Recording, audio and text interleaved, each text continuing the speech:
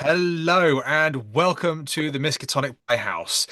Tonight we have got quite the treat for you. We've got the wonderful Heather ValyGirl running the fantastic Christmas at the Sanatorium for us. But what we're going to do is we're going to whip round so everybody can say howdy doody and Merry Christmas. So we'll start off with the wonderful, the one and only Doc. Doc? How's it going, everybody? Happy to be here. It's my third time at the Playhouse now. Second time playing with Heather on here, so it's Whoop, whoop. gonna be a fantastic game today. And I will be playing Mr. Eugene Cooper, he's a bit of an occultist who suffered a bit of tuberculosis before coming to this lovely sanitarium to perhaps heal and get some fresh air. They told me it would be good for me. Excellent, excellent. And I can't wait tonight, everybody. We have the Gene Williams with us.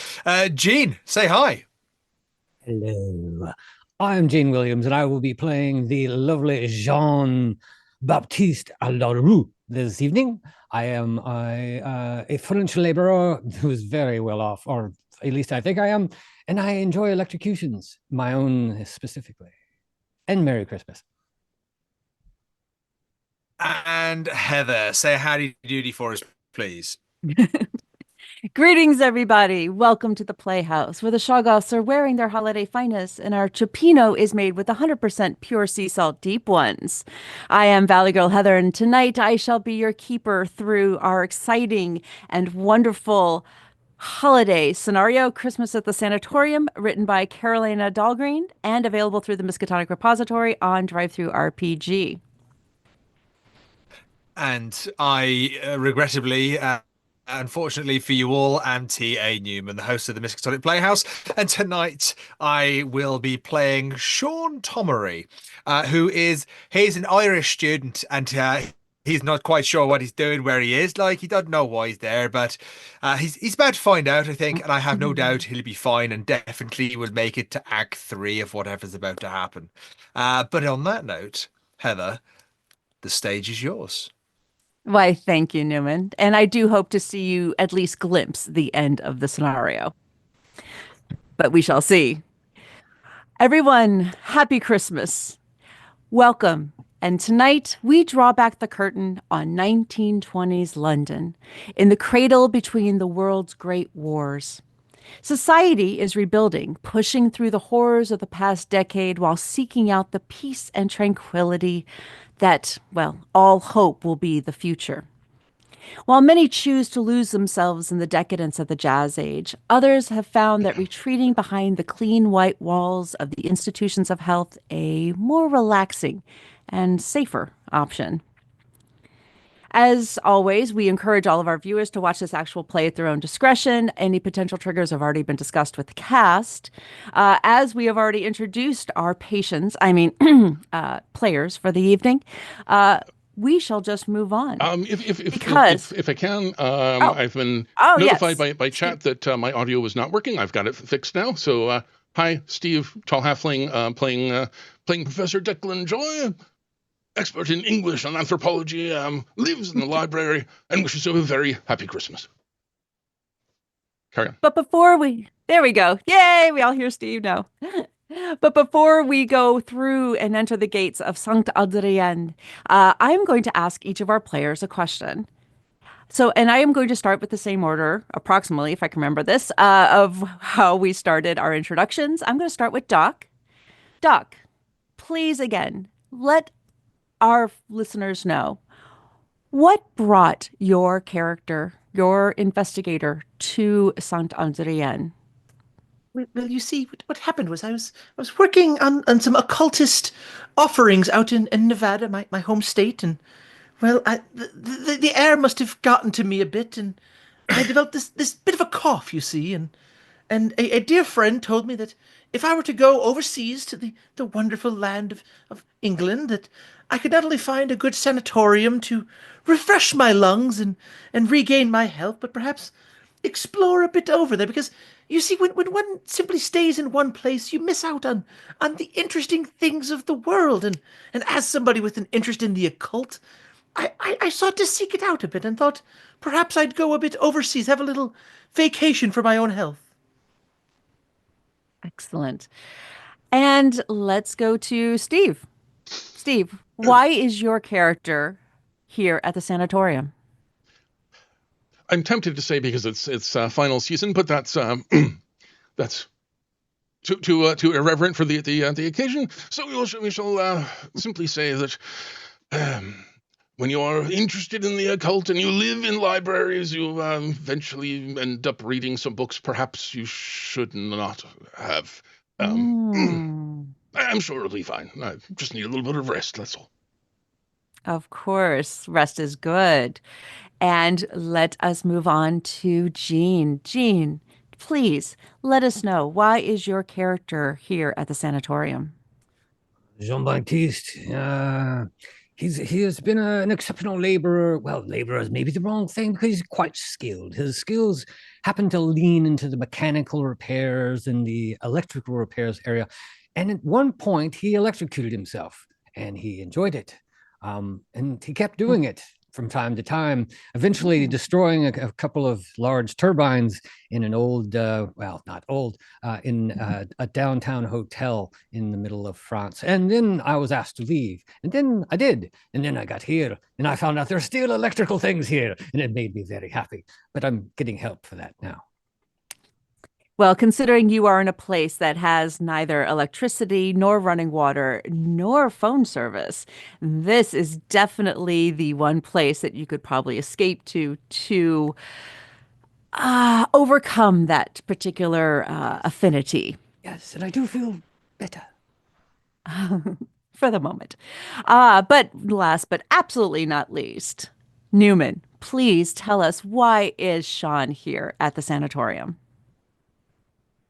Well, you see, the thing about me is, I'm a big student of history. I'm a big reader, and with the war, the Great War, the war that's to end all wars, what they want in a soldier, I can tell you, is not someone who's batshit crazy. So I thought to myself, how can I not get called up to fight in the war? And I thought, well, if I'm in a sanatorium, then they're not exactly going to say, that guy with the cross-eyed who's licking the walls, get that guy a gun. So I basically checked in for a little while and just made sure that I was, a little bit, should we say, on vacation. And I'm looking forward to getting out now that the war's over. So, hooray! Okay. Well, all of you have been here at Saint-Adrien for a bit over 5 months now, and the doctor has been very encouraging about your impending release. He wants to keep you here just a little bit longer, just getting through until the new year comes. Because the holidays can be rather chaotic and uncertain. And he wants to be sure that your focus as you leave here allows you to focus on your health and continued progress that you have made. So he feels that by keeping you here through the Christmas and New Year holidays, that chaos will die down. So when you move forward, you will be ready. But before then, a little information about Saint-Adrien that you have come to know. The first, again, this is approximately about 2 hours from London by horse-drawn carriage. So it's quite a ways out from the major civilization. The closest other area around here is a village about an hour and a half's walk away. There is, beyond that, just grounds, forest, calm, inviting, Right now, of course, it is December. It is less than a week before Christmas. So the grounds are chilly. A little bit of drizzle has happened. You haven't really seen maybe just hoping for a little bit of snow just for the holiday season. At this point, this building has been around for quite some time. The stories go that the home was originally built by Albert and Adrienne Johnson, who unfortunately, through circumstances, weren't here very long while it was being built. Albert was building it for his new bride when, unfortunately, he was called away to London for business, and she died in a very tragic accident, a horse riding accident here on the grounds. It is still said that her spirit of her and the horse ride through at times, disturbing patients and causing havoc. But to this point, none of you have happened to have seen this or heard anything about this ghost. Supposedly, the couple was cursed by his mother, who was absolutely against the marriage, and that is where all of the spirit talk has been. From there, it became a military rehab hospital for the World War I soldiers. They sold it to a millionaire who, upon inspecting it, was instantly killed by a falling beam. It was then sold to a tuberculosis doctor who had ended up losing all his money gambling quite soon after, and then sold to the current owner and operator, Dr. Ernest Ferguson. He is, at this time, away and not available. And in fact, most of the staff has been paid on paid holiday for the Christmas season. So the staff that is left here at St. Adrienne is fairly minimal. You have the matron who keeps a firm hand on all things that happen here. So Matron Freeman is her name, and she is a towering figure. Very, very staunch.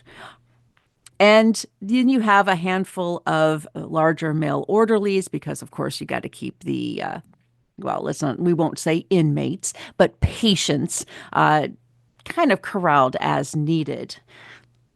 You have a few other staff members, including the nurse assistant, who has been very kind to you, Josephine Bavin. Nurse Bavin tries to help out when and where she can or where Matron Freeman directs her to go.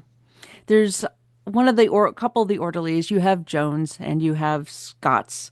Those are the two that you see most often. And then, of course, your fellow patients. At this point, you know that because there is no running water throughout, there is a well on the grounds, and all water is brought in from the well, generally by the orderlies. Sometimes some of the patients that are furthest along in their progress are used as well to kind of help bring water, especially when it comes to bathing, which is done once a week. So while the area, unfortunately with tuberculosis, the whole idea of the sanatorium is an emphasis on fresh air, fresh food, sunlight for what you can get in and around London, and especially this time of year. That, as there's no cure for tuberculosis and several of the other ongoing health issues and illnesses at this time, a lot of patients tend to not quite make it. So death is not an unfamiliar companion to the patients in this area. But as we start and we open our scenario, all of you are taking breakfast in the main dining hall. It is decorated as well as possible with red and green tablecloths. There is a small Christmas tree up in one corner of the room. And because there is no electricity, that means there's no running heat. The warmth that you feel is from the fireplace nearby, which has been lit by Nurse Assistant Bevan. There are two signs that you notice that are going up on the wall that one of the orderlies is putting up. And Steve, if you would be so kind as to put out handout 1 and handout 2, please, for our players. So the orderlies are, as you go about eating your mushy breakfast, there are two signs that the orderly is putting up. The first, bring this up. There we go. Fireworks on Christmas Day, 8 p.m. to celebrate and remind us of the existing hope after life. Signed, the hospital board. You have heard talk from the staff that there is going to be Christmas Day festivities on Christmas Day, and that the fireworks is kind of the grand culmination of the festivities for everyone to enjoy. The second that goes up is what seems to excite your fellow patients. Patient Society of Tuberculosis wishes you all a wonderful Christmas. To give you some distraction and joy, a new arrival with books has been delivered. Merry Christmas. Books. One of your fellow patients leans over and goes, "Ah, good. Finally, some new reading material." And as he looks around and maybe sees a little bit of confusion or not understanding on your faces, looks over and goes, "Oh, you don't know. You weren't here at Easter time. You see, the board has contracted with this group to bring in new sets of books on Easter and Christmas. And goodness knows, I think we all need some new reading material. They set it up in the library, but you got to get there early or else you're not going to, well, let's say, end up with any of the good stuff."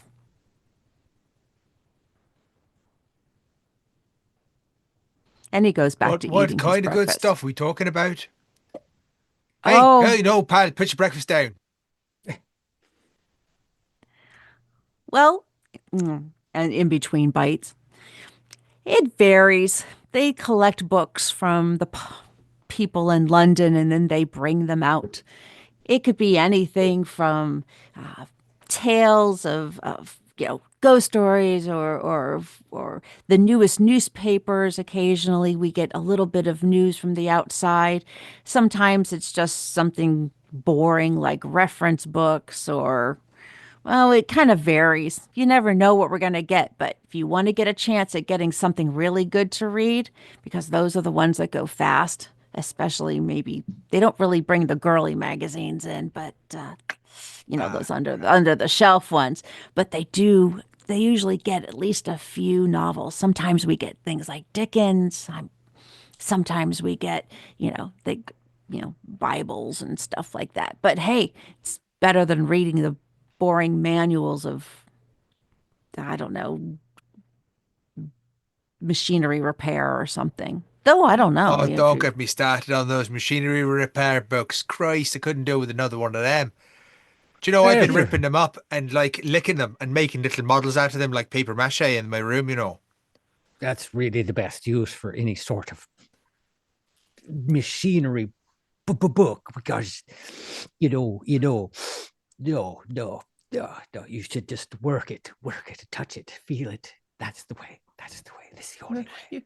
You mentioned there may be ghost stories among there. That would be very, very nice. Do you know when they're delivering these books? Because I'd really love a chance to read a good ghost story, perhaps learn a bit more about the strange goings-on out here. Oh, Doc, you'll be dead before the end. Don't worry. Well, you can't blame a man for wanting to try. Freeman usually lets everybody into the library, usually right after breakfast, so eat fast. I'll just take like one bite of food. Are you going to finish? Push the tray. Finished. I'll grab the tray. I'm already lined up at the door. Don't care if it's novels. Don't care if it's manuals. Something new. I will take great interest in watching these folk in seeing how that they approach these books. They seem so excited. I'm not a very big reader, no, not at all. Well, there's not a whole lot to do at the sanatorium. After 5 months, it's gotten pretty boring.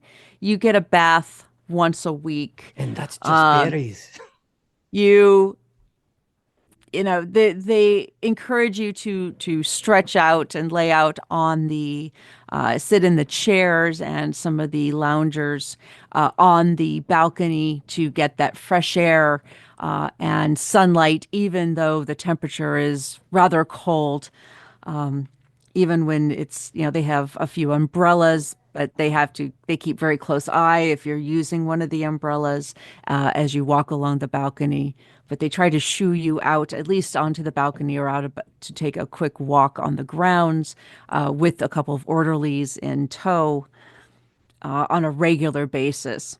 So you've become very, very familiar with the grounds. You know that there's outside of the main building, there's a smaller building that the staff tend to use just more for sleeping purposes if they're on the grounds. They don't really use it outside of that.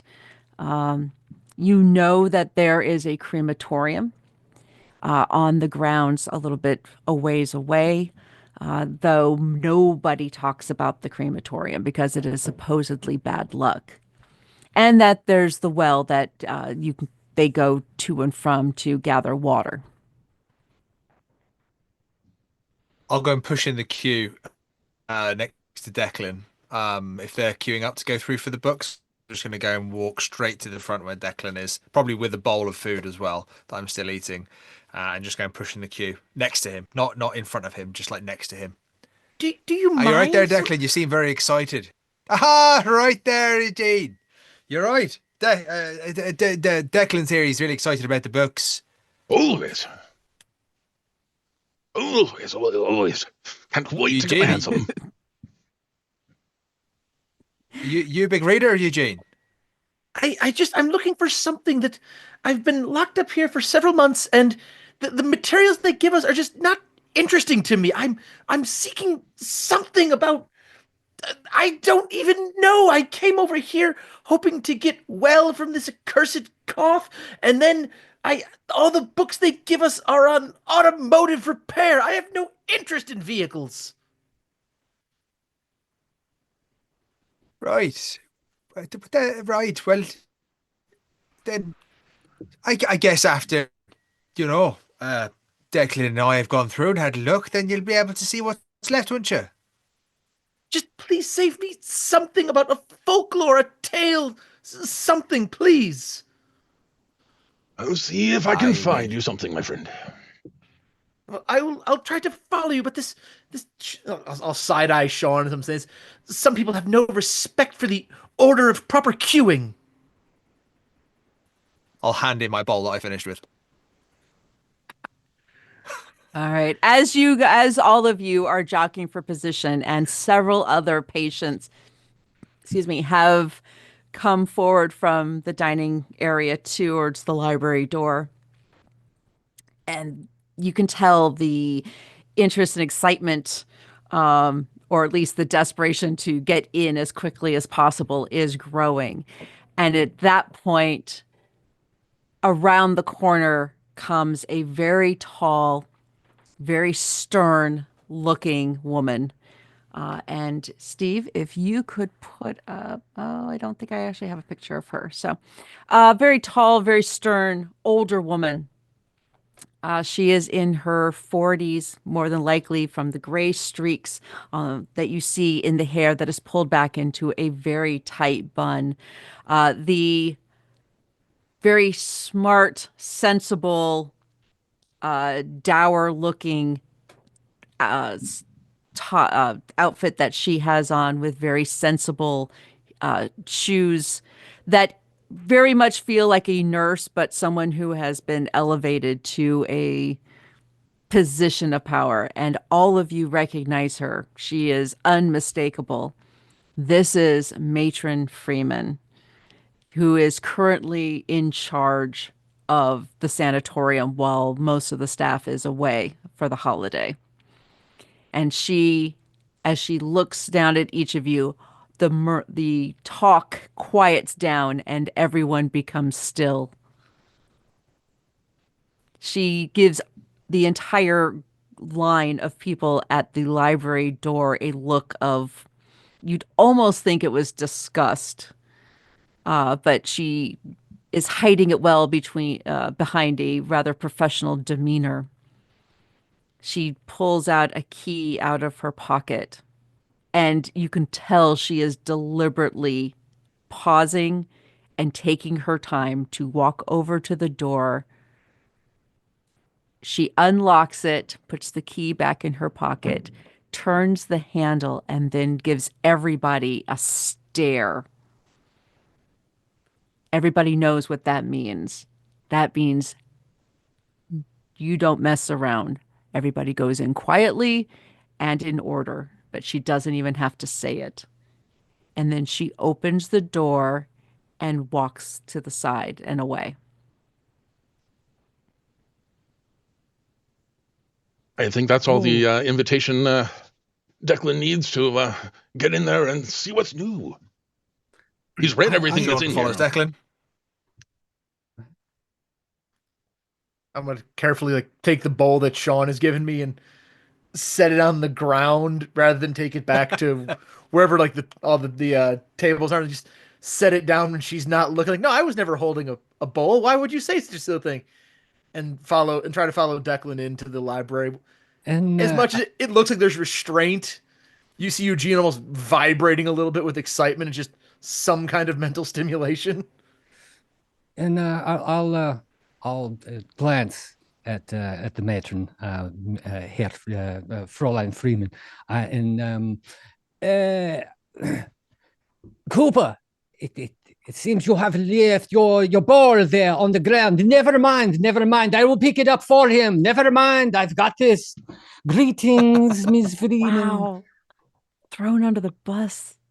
We barely started. It's not my bowl. I swear. It is okay. It's okay. I have these. Do not worry. Eugene, finish your dinner before you come in the library. And I will from the room we're already in, from the library. I shout that back. We'll walk away with the bowl in hand, looking toward Frau Freeman. She does not turn to look, but you're almost sure that she probably she's noted this. She just always seems to walk around having this sense about, she knows everything that goes on, even when you don't know how she knows, but she almost seems to have this sixth sense about how everything is happening in the sanatorium. So you're almost that by saying that she absolutely has noted this, even if she gives no physical outward appearance of it. Okay, for those who go into the library, the room is small, but it is crammed with books. There are shelves all along each of the walls. The books are in no particular order, from what you can tell. Very disorganized, Declan, but you don't care because you feel so home. This is a happy space for you. And it's,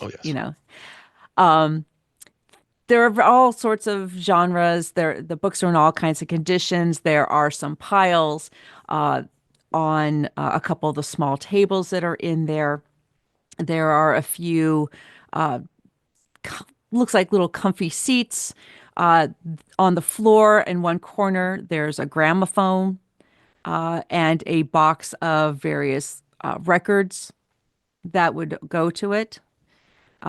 As kind of squeezing her way in, nurse assistant Bevan comes over to the fireplace, strikes a match, from the pack of matches on the mantle and lights the fire to begin to warm the room. Can we get into the books and see what we see? Okay. Are you just looking through or looking for anything particular? And anybody who would like to can make me a library use roll. Library use. I think Eugene and Declan are probably looking for more specifics. I'm looking for anything history based, but quite general. Those guys will probably look for something more. Okay. Yeah, that is a hard success on the library use roll for me. Okay. 17 under 40. Very nice. I rolled 4 under 55. Ooh. The Who first taught you to read, Sean? Can I? He's just very good at spotting things.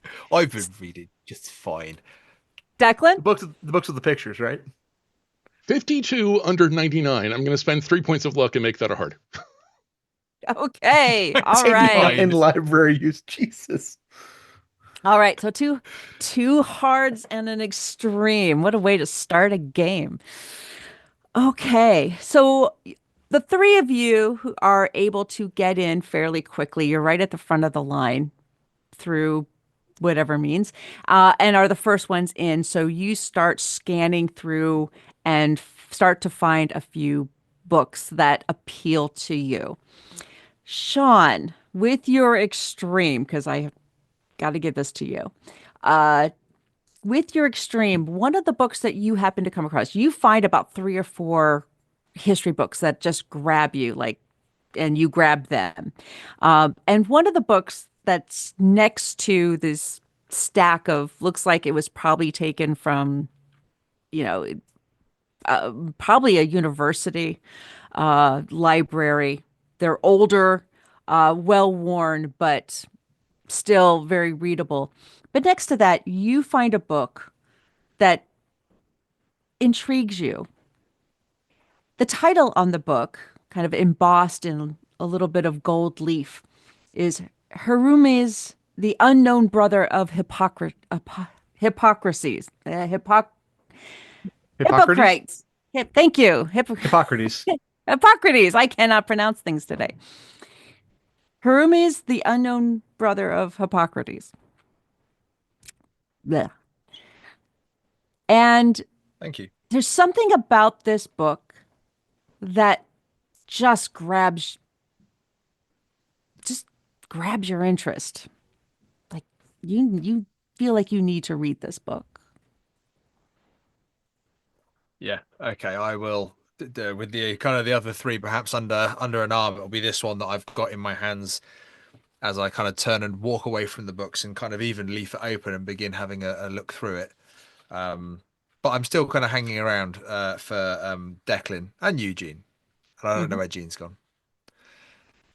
Both Eugene and Declan, both of you find about 3 or 4 books each of whatever subjects that you are looking for. All of them, you from some of the reactions to some of the others coming in behind you, it looks like you have been able to acquire a few books that others were hoping to get. Thank God, nothing on automotive repair. I could tell you all you need to know about automotive repair, you silly little man. Anyway, I'll slither up to Frau Freeman. These books. Why do they waste their time on such things? This is not. This is lousy. How you say it's not the cat's mew? Yeah, no, nah. And I wander off.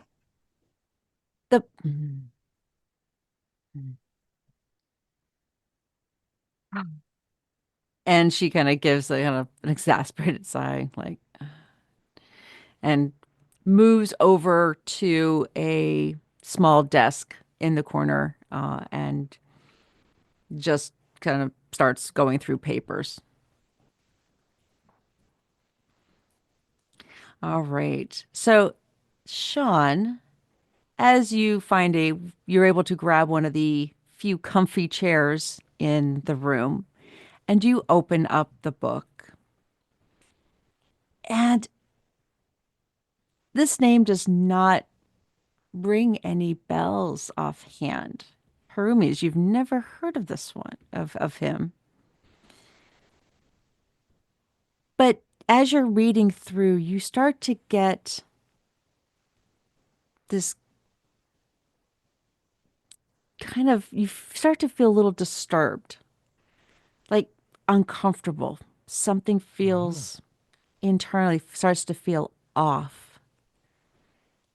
And you're reading through and you discover that Hermes was some type of Greek scientist around the time of his brother, which you never heard of, so you question that. But it seems strange. You're not sure. Maybe this is a book of fiction because he seems to be obsessed with aliens, monsters from from space. And this is that they eat, they drink blood and maybe eat people, and that they like living in environments where, there's a lot of weak living creatures to feed off of. I will,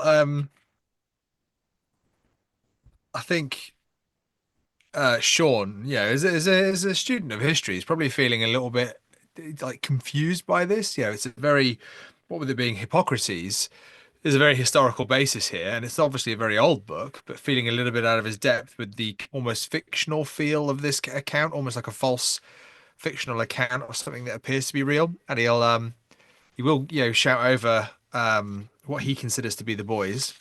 He'll shout over Eugene and Declan. He'll even, if Jean's around, he'll even call over Jean as well, and he'll just kind of point out and be like, "Oh, lads, have you seen this? No, look, it's the book here. It's about apparently the unknown brother of Hippocrates, Harumi. But it's talking about like aliens and stuff. You know what I mean? Like aliens not of the world, and they're like eating people and all sorts. But it reads like it's supposed to be like an academic text now. Have you ever come across anything like that? Of course it's an academic text. Such things are worthy of study. What, do you think there's an academic text here about aliens drinking people's blood and eating? Do you not think we'd know about that? I'll point to the book in your hands.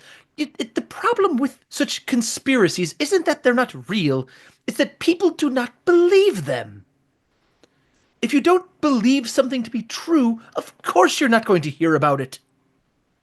Well, I hear about Santa Claus all the time, but I don't believe that fat fella's true. Well, perhaps in the myth of Santa Claus, there's a bit of truth. There's gifts that are given. People share joy in the holidays. They're not out there sacrificing goats to the man in the red suit, but just because you can't prove it doesn't mean it's not real. In fact, when I get out of here, remind me to send you one of my latest manuscripts on the topic. Goats are tasty. Declan's barely reading. He's barely listening. He's got his nose buried in his book. He's almost halfway through. It's been only a few minutes, but Professor, surely you have something that you might say to have Mr. Cooper. Mr. Cooper is he seems very, very, very worried about these things. And Monsieur Tommeny, these Irish people, why do they not have normal names? Tommeny. Tommeny. Yeah, Tommeny. You say Tommeny, I say Tommeny, whatever. But anyway, this cannibalism, these aliens, what are you talking? This is madness. You read too much. All of you read too much. Yes. Professor, tell them. There's no such thing. No such thing as reading too much. Now, aliens. Stories about the aliens from the ancient world. Now, between anthropology and the occult, when I know anything about ancient aliens, Ooh. I was also asking if I could roll for one of those too, because I have both of those skills. You know I don't what? think the TV series is released yet, is it? Give me an occult roll. Ooh.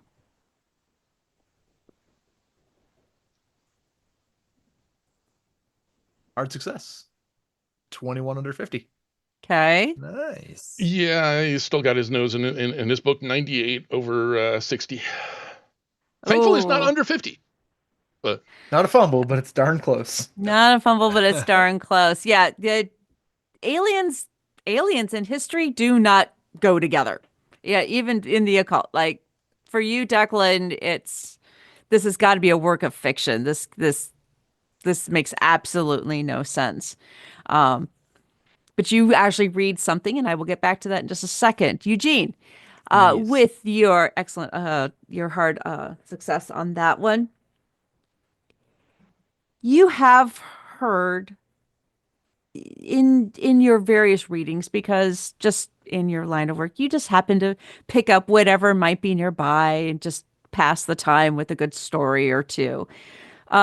Something about the idea of alien monsters or monsters coming from space to feed upon living creatures. This is something that you have read a couple of stories on, and these creatures could fall under seem to fall under a few different categories. But something about like large space bugs or giant bugs, bugs growing into giant size, like mosquitoes or something similar that would drink blood and, eat the innards for, having an appetizer and a meal. Delicious. This kind of falls, you think you've picked up a book or two from and read in passing something about that. So this is ringing true to what you have read before or come across before. Naturally. It makes perfect sense if you simply free yourself from the shackles of what you believe to be science and reality and possibility. And I'll try to grab the book from Sean and start flipping through looking for other familiar things. Okay. Let me go back to Declan really quick. Yeah. Declan, one of the things that, while this whole alien nonsense is crazy, there was something you think there was a saying in Latin on one of the pages before the book was ripped completely out of Sean's hands, that seemed to stick with you, that now you really think you need to like what was that? Like, why can you not remember your Latin from before?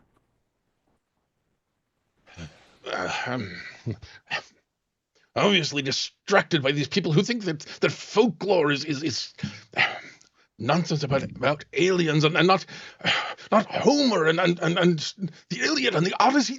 That is proper mythology, proper folklore. What was that in that book? Latin was never his strongest suit, but it's stuck in there now. The idea that there's something in there. There's something in there. Against his better judgment, there's something in there that he'd very much like to see.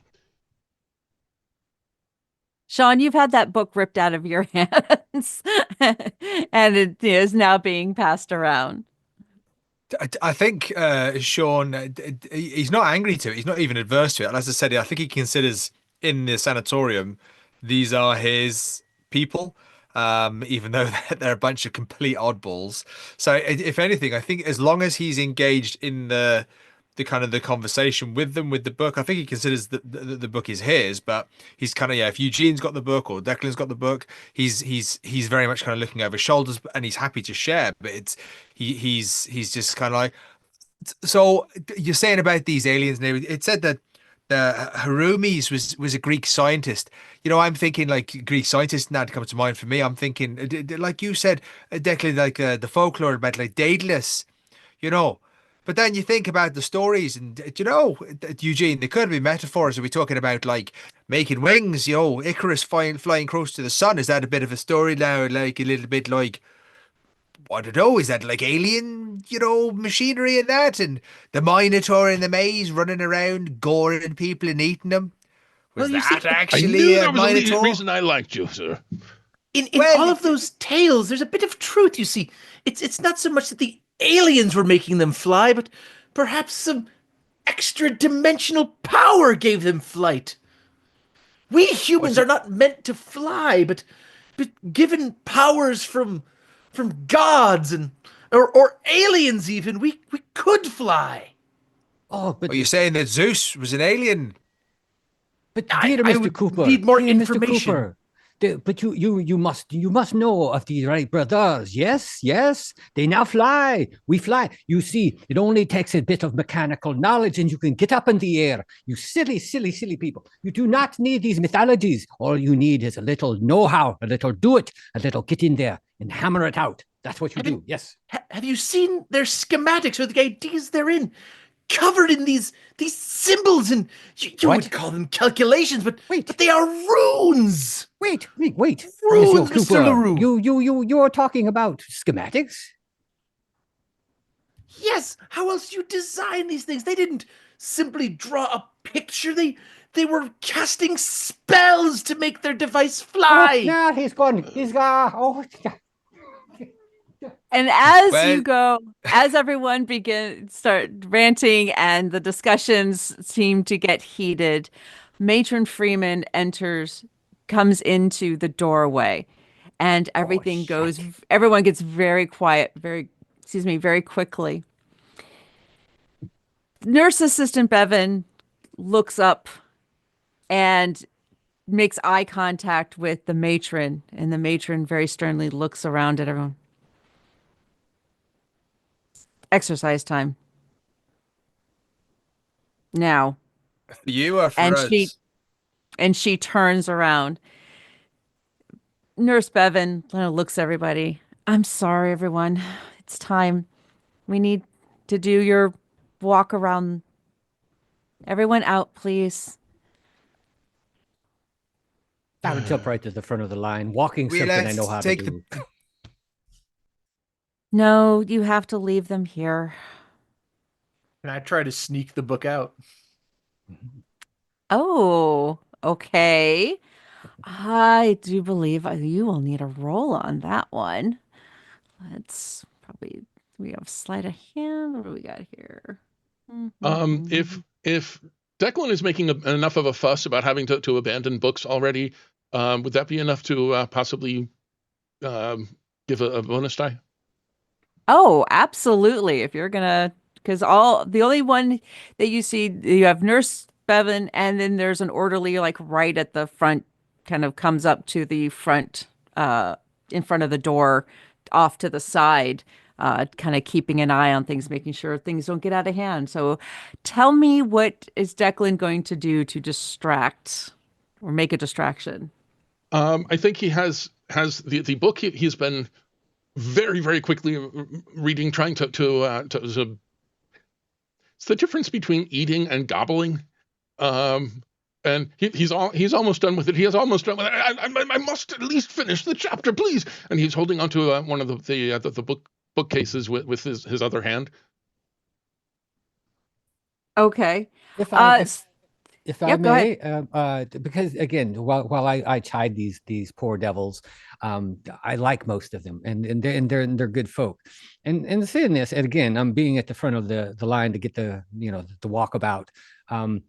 I see the professor in particular, and Monsignor Cooper, not Monsignor, anyway, Mr. Cooper. Monsieur Cooper. Trying to, they obviously look like something's up, and I can tell the professor is trying to maybe cause some trouble. So I will engage the orderly and be like, I will walk up and just slap him hard in the face. Just a quick, hi, hello there, Jones. How you doing today? Oh, this is a good day to take a walk. Yeah. Oh, you feel fresh now. Yes. Yes. Okay, so just not even going to make you guys roll for anything because, geez. Okay. I'll set the library on fire. Distraction. Oh, there it is. Everyone's distracting someone. Distraction is successful. The orderly Jones, who is generally fairly nice to you guys, has come to know you over time. He's generally assigned to monitor your room section of where your rooms are. Comes over and starts to go, what is going on here? And he starts to kind of like settle you guys down. So Eugene, if you're going to try and sneak that book out, I do need, give me a sleight of hand roll. You do get a bonus die. Oh, I will say I don't need the bonus die. Yeah. Oh, what'd you get? So I have a sleight of hand of 10. Yeah. And I rolled a 0-2. Hey! That is an extreme success. That book is coming with me. Oh shit. Yeah, nobody notices. You're just like, I'll put my lighter away. Save Only it. a few books were torched in the process. Hold it just for a little longer. Okay, so the book is there, and then it's like a skilled not musician, but well, I don't know, they're good with their hands too. A skilled magician, that book goes from being there to not being there. And in fact, I don't think anyone even remembers that it's there at this point because it's so good. The distraction works beautifully. Everything calms down. And Jones is like, come on, it's the holidays. Come on, guys, chill out. I mean, I know you two are roommates and all, but really? So I apologize profusely. I was overstimulated. Again, yeah, it's a very happy time. This is very happy. Yeah. And all of you shuffle out the room and start to, the orderly Jones kind of in the lead. His buddy, a couple of the other orderlies come out, and the walk outside the grounds begins. It is a cold, drizzly December day, which of course is absolutely terrible for any patients that actually are sick with tuberculosis. And you see, there's another orderly getting water from the well. You notice the small staff house where the staff usually will sleep when the full complement is there, when they sleep in shifts. And it's a bit brisk. And as you're walking along, you overhear a couple of your fellow patients chatting. Did you hear? I haven't seen Stevens since last night. He was doing fine. He was getting better. But they said this morning, I overheard the matron saying that he had died. What's with that? I didn't think tuberculosis would take you that far. I mean, I tried to ask her about it, but I mean, there's no doctor on site. What are we supposed to do if anything happens? I mean, I told her that we are not close enough to anything. If we have to call a doctor out, that's at least 2 to 3 hours. Oh man, I don't know. I want to get out of here. I want to be done with this place. If someone who's getting better like that can just gone, what are we supposed to do? Man, I don't know. I just want to get through the holidays and get out of this drizzle. Are we close enough to them to drop a hand on a shoulder? Yeah. So they're like right ahead of your like little gaggle. I'll take an extra couple of quick steps and just bop a hand on whoever used the word Stevens, and just Merry Christmas to you. I hope you're doing well now, feeling healthy and everything. Oh, doing much, much better. How about yourself? How you been, fine Sean? and dandy. Fit as a fiddle, you know me. Do you know who's not fit as a fiddle? Oh. And I'll lean in real close. Stevens. Stevens, you haven't heard? Stevens passed away last night. They took him out. Far as I know, What? they took him to the Crematorium. Oh shit! Really? That bad? Hey, I was supposed to be. He was fine. I mean, we went to, we took our meds. We went to our room. We fell asleep, and then in the morning he was gone. So I went and talked to the matron, and she said he had passed away in the night, and they took him out. I was somehow But he was asleep. acting all better, and he was looking better as well, wasn't he? Yeah, he looked just fine. He was doing great. He was supposed to be getting out here in the next couple of days. Well, that doesn't seem right at all now, does it? What are we supposed to do? I mean, if there's no doctor on site, how is anybody supposed to get better if anything happens? If there's an emergency, what are they going to do? I don't know, man. This is not making me feel any better. Oh, Tommeny, what is it? I hear you talk about Stevens. What is this? Where has Stevens gone? Stevens is gone, like the long gone. Like he's gone to the crematorium and not for a visit, you know. Oh, Cooper, you got the same thing. You'd not be far behind. That's what Cooper, you'll have to say. Let us know, you know, what it's like. Or not, you know, I don't. But so many die, man. But come on, Stevens should be getting out of here. I don't know. I'm worried. Is there something else going on? Cooper, you feeling okay? Yeah. Yes, it's just knowing that somebody has died of tuberculosis here. Well, you know that's why I was here, and I'd like to think I'm doing better. Oui. But if that's what Stevens thought as well. And not helping. Oh man, I'm sorry. Maybe Tommeny, this is good, yeah. Let it out, mate. Let it out. You've got a couple of days at the most. If he's taken to the crematorium, I'd rather not go there. I have much work to do, and I'll like flash that I stole the book in my jacket. Oh right, yeah, little bit of work. I have much to do, much work to do, and if he starts freaking out a little bit. That's all right. We'll get our exercise done. It'd be good for your lungs, like buy you an extra day or that, and then we'll have a little think. But an extra day. This Stevens thing, that sounds a bit. Declan, did you see Stevens yesterday? Did I? Yeah, Stevens was at all the meals. He was wandering around. He looked hearty and hale as much as as you can coming out of a sickness, and he was talking about how he was very excited to get back to his family. That the doctor had said that he was going to be able to get out by New Year's, and he was looking at spending New Year's with his wife and kids. Well, he seemed fine to me yesterday. He was looking forward to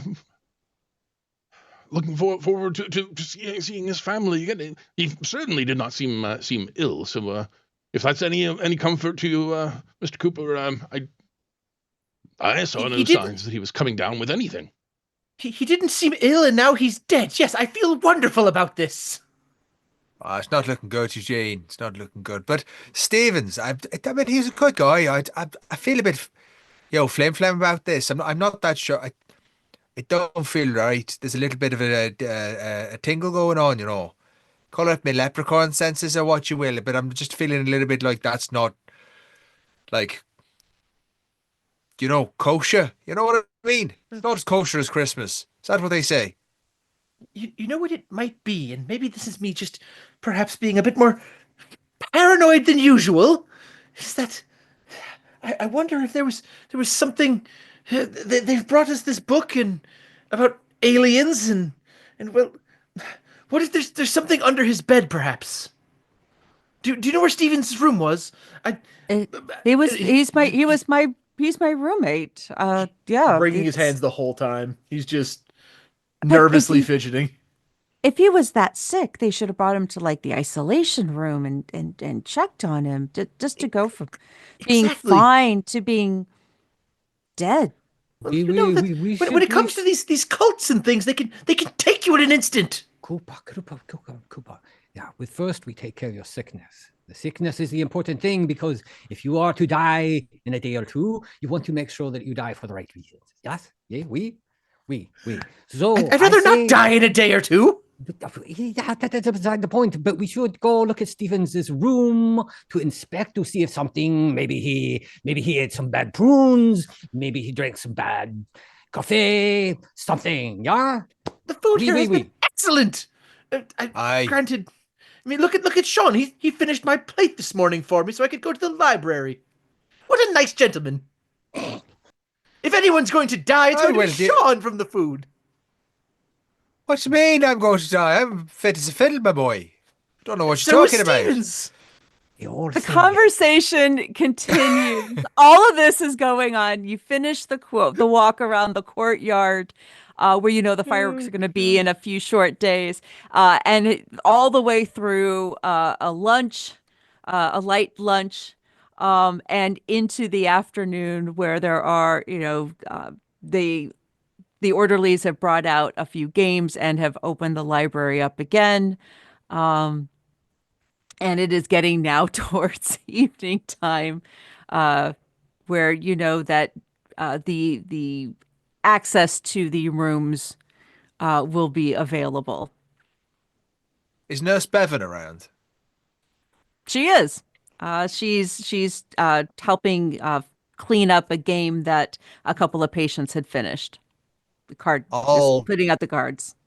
Casually kind of go over there. Feel like I've got a good relationship with Nurse Bevan.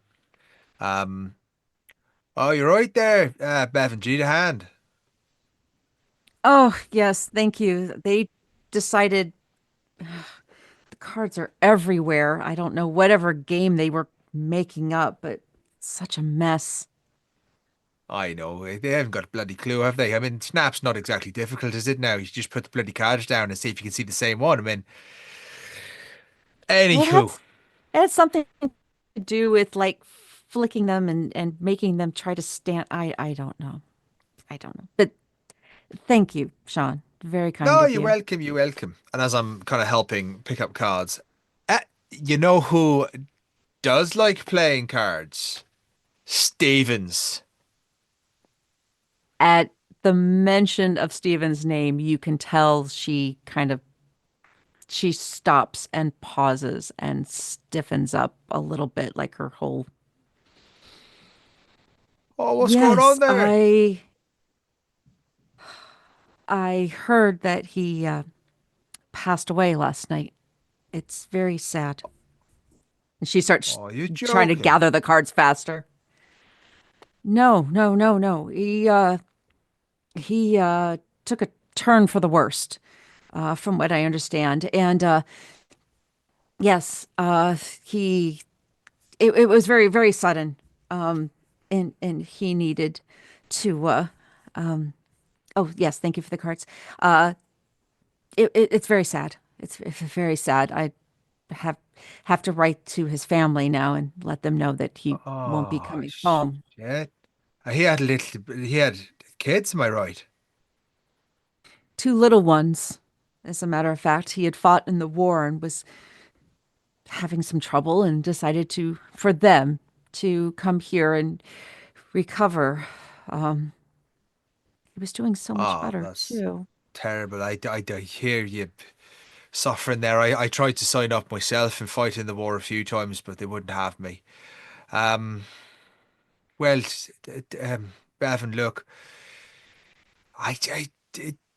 it'd be good to know if there was anything else about Stevens. You see, Eugene's like real worried and that, because Stevens was, we all thought he was doing better and feeling better and that. You know what Eugene's like, he's a little worrier. So, like, was there anything different about him, like, that that seemed a bit off? I could maybe put Eugene's mind to rest, No, there was nothing. It was, he was just one of the unlucky ones, just like so many have been lately. Right, because his tuberculosis got worse overnight. Is that what you're saying? It must have been. I mean, what else could it be? All of them. the last few days, they say a lot of people, a lot of people die around the holidays for some reason. I don't know why, but it's Too been much fun, tough. perhaps. Maybe. It just so many of we've lost almost one a day for the last few days. It's been tough writing all those letters. Well, it's not like Christmas time and that. We're not losing one a day, are we? I mean, I've been here for about 5 months and I can't say that I've seen one a day disappearing up. I mean, like the last few days, it's been a bit of a rogue event, right? Well, yeah. It's been more than usual. I mean, you've been here for a few months. You've seen, some times they don't get better. We do our best, but it's just seemed very hard the last few days. Does that not seem a little bit weird for you? A little bit strange, you know? She seems like she wants to answer, but she doesn't say anything. Oh, I feel like I want to do something and roll something, but I just don't know what it is or how I would do it, so I don't know if I can. Is this going on in earshot of the rest of us? This is this is kind of in the main room. So real quick, where is everybody? Right now, the dining area is open for people to sit. There is the library, which is off of that. There are a few other rooms kind of off of the corridors nearby. The page, I mean, you have your down one hallway are all of the patient's room. So you have a small bed, a little nightstand with a candle on each of them, and a little book of matches, obviously, so you can light them. There's no electricity here. Yeah, there's no electricity, so there are candles. You have the light from the fireplace. The light outside, obviously, is as you're getting towards evening, it's dimming. Dinner is going to be served very soon, and then it's very shortly after that, it's going to be lights out. The evening meds will be passed out, and then everyone will be expected to go back to their rooms. So I'm going to ask really quick a question as we lead into that. There are 3 patients per room. And there are 4 of you. You need to split into two groups of 2. So who is rooming with who? Oh, I think I'd definitely be rooming with Cooper. I'll take the room to myself. Those 3 can share a room and I'll have the empty one. Fair enough. I like that. Just a giant three stack bunk bed in the room to make up the space. And of course, but I'll keep a few of my possessions in their room. I don't want to be crowded in my room. Yeah. Doesn't quite work like that. So you would either have at least one other party member or 2 NPCs, 2 other patients in the room with you. Happy to share a room with Sean on the theory that we can share books if we're allowed to take them out of the library, or share what we were reading about if the actual book has to stay behind. Yeah, okay, definitely. So roommates, we have Declan and Sean in one room. You will have a man named Scott in the room with you. And then we have Eugene and Jean-Baptiste. Jean-Baptiste. Yeah, I wanted to say the last name and I couldn't remember. Jean-Baptiste in the other room. Right now, you do not have a roommate, so it's just the 2 of you. That's probably because that Cooper's just about to die and no one wants to be in there. Your last roommate left about a month ago. He did not. He took a turn for the worst and was put in the isolation room, where when their sickness gets to be too much, they go to the isolation room, so that way it doesn't disturb the other patients. And then from there, unfortunately, did not make it. How close is our myself and Cooper? How close is our room to Stevens's room? You guys are right across the hall from each other. Fucking great. So, which is how you kind of came to know each other, because when you would get out in the, when the doors would open up in the mornings, and you would be allowed to come out to the dining hall, which is pretty much the one big room in your wing of the building. So there's two wings to the building. One is with the patients. So you have the dining hall. Off of the dining hall, you have the hallway with the rooms. There's only about 8 rooms total. So it's a very small spot. You have the small library. On the other side of the dining hall, you have the isolation room. So it's close, and it's near the elevator to go down to the basement where there is storage. We have an elevator here. There is an elevator. You're pretty sure that when they take those who have passed, they put them in the elevator and they take them downstairs, and that's the last you see of it. Inclined to mechanics, how is it that this elevator, they have a burrow pulling it up and down or something? It is a mechanized elevator, and you're going to make me look up that little section. Damn you, Gene. So the elevator itself, it's large enough that when they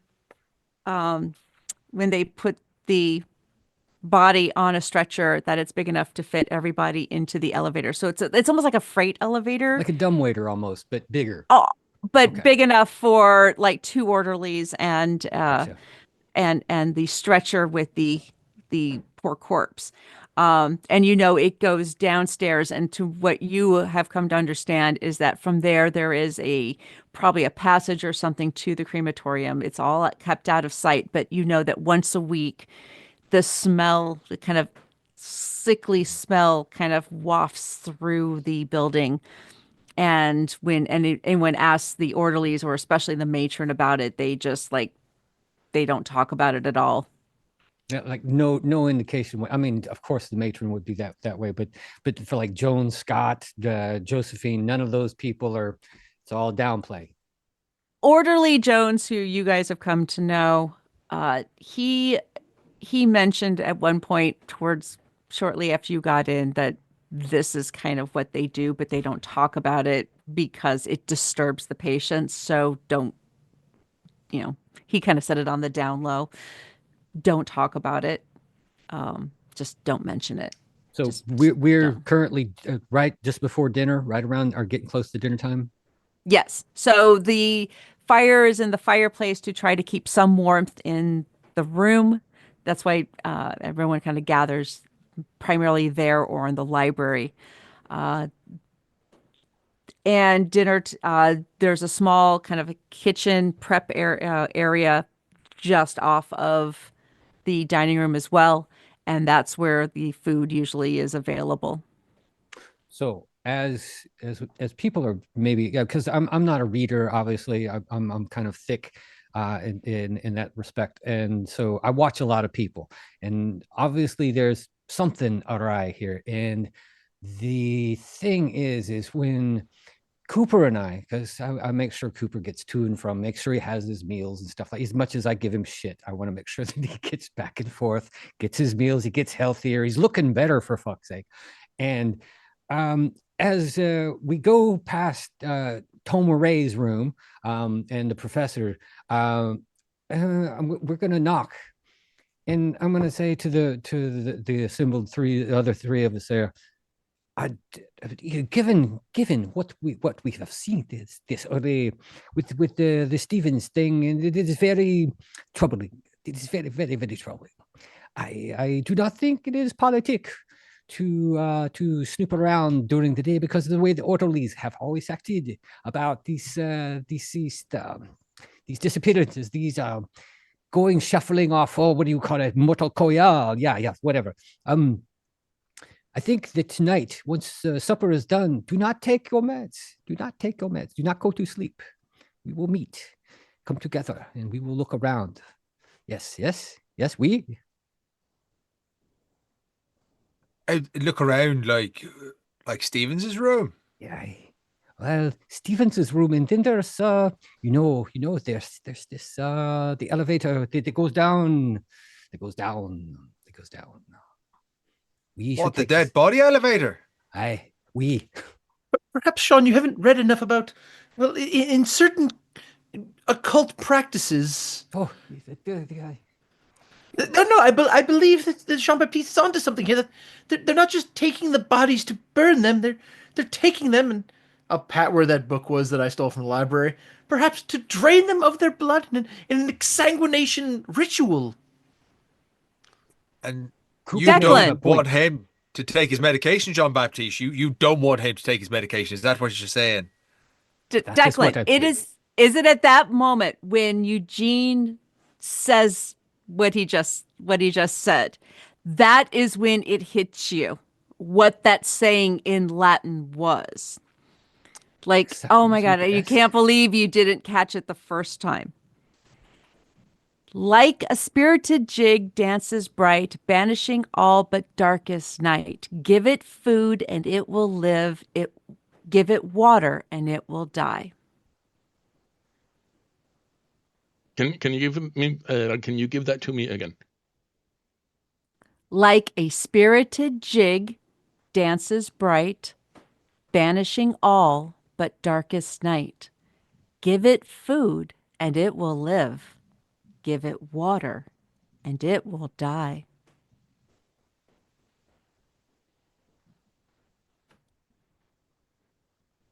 Huh. And you realize that the reason that you didn't maybe quite catch it, first of all, you barely got a chance to see it. But it also, there's something like, you're not sure if it makes sense. Yeah. Question, by the way.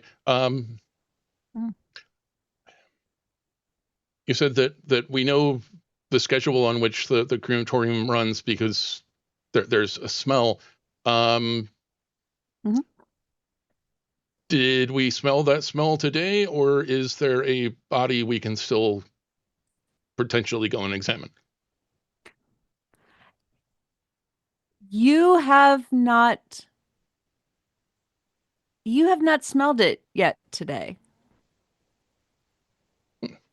I'm glad I'm with investigators that know how to investigate. I'd be playing cards right now with the nurse. These guys are having great thoughts. Well, you know, I talk about the tomes I read and the scholarly examinations, but I will admit I started off, my love of books started with a book of riddles and puzzles when I was a child, and it's stayed with me. So that and Sherlock Holmes. So, Professor, what is it that what is this bubbling up? Well, just I don't know about any of you. I have not caught the aroma of the crematorium running today. So if he was taken there, he might still be there. You have a point. Yeah, we.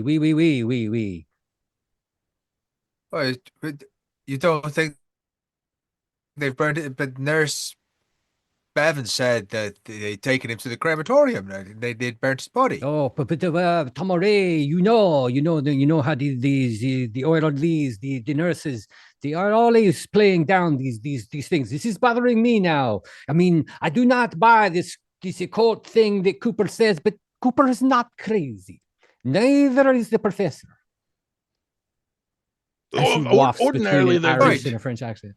Ordinarily, they run the fire once a week. There must be somewhere where they wait for that day to come. Bodies. I don't want to say a morgue, but there must be something down there. I think he has a point. It's got to be a cold place, isn't it? And you'd think that the cellar would be a place where you'd store a couple of bodies, like if you wanted it to be a cold place, right? Tommy Ray, I think so. Right. So what's the plan of action then? We just don't take our medication, meet back up, go to Stevens's room, and then go to the cellar. Are we best you know, is it a bit overkill if we all do that together, or Well, I do do we think stick that together because we're all worried about Eugene? I don't know. I think sticking together is the best thing, because if we break it up, but I do think is that possibly that we first visit, just take a look into Stephen's room. Maybe just one of us, maybe someone who, like the professor, who is he may be in there looking for a book that Stevens might have borrowed from him. Yeah, have a look Well, around. I tell you, I've got a keen eye. Oh, well, if you've got a keen eye, then Tommy Ray. I mean, by all means. I mean, I've actually got two keen eyes. I was just being like, it's a saying, you know.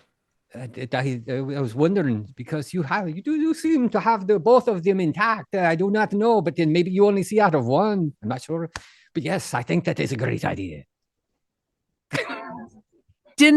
At that point, dinner, basically the kitchen door opens, and a orderly pushes forward a small cart with bowls of probably whatever is your dinner out, and the matron comes out looking sternly, as always, out of what you know is the door that leads to the administrative wing, where all the doctor's offices and her office and all of that other all the paperwork and offices are, and looks around and goes, "Dinner, eat quickly.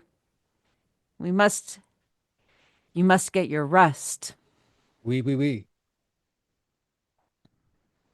And she kind of stands waiting for everybody to go, line up and get, you get your bowl of what looks like some kind of milk mush, not appetizing whatsoever, but then you go and you find at one of the long tables that is decorated with the red or green tablecloths. Oh, tonight we have another feast. I love this. Every night we have something beautiful. I love this. This is such a etouffee. Every time they give us this dish, there's always a voice in the back of my head that wants to say, "Please, sir, may I have some more?" Sits down and kind of stirs at it. Is there, out of curiosity, is there? I mean, is it? Can we recognize this as porridge, or is it a stew, or what is this? It's more along the lines of a porridge. It's supposed to be fortifying yet easy on the body to process, allowing the body to heal, but keeping you're keeping it going. So I'll sit down and quickly wolf this down. Maybe give a spoonful extra or two to Cooper, just so he's got extra strength, because we don't want him shuffling off the mortal coil just yet, as Tommeny might say. And Cooper's not eating. Not eating. Cooper. He's mixing the food around to make the orderlies happy, but he's like looking left and right. Anybody else like any other patients he knew currently have or came in with tuberculosis, to see if any of them look off. And he's very suspicious of all the orderlies now, even the nice ones, because if Steven's dead, clearly the tuberculosis people are on the chopping block. The matron actually comes over to the table where all of you are sitting. Your roommate Scott is there. There's a few other patients. Peter Winsled, who only arrived maybe a month ago, who is in a room further down the hall. And then you have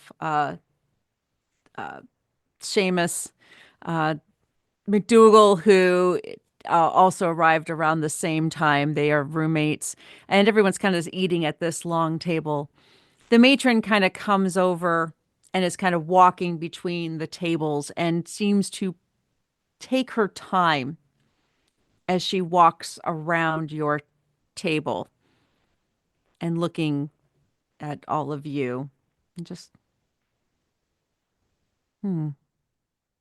Oh, Madame Fremont. And then she goes to the next table over and she seems to take her time, almost like she's examining everybody. So when Madame Freeman is moving amongst the folks here, is this something she does all the time? Like, is it every meal, basically?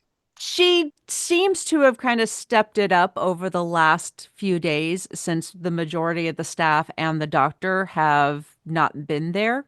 She has, when asked a couple of times about the doctor and whatnot, she has been very vehement about letting people know that she is the one in charge and she is perfectly and fully capable of doing so.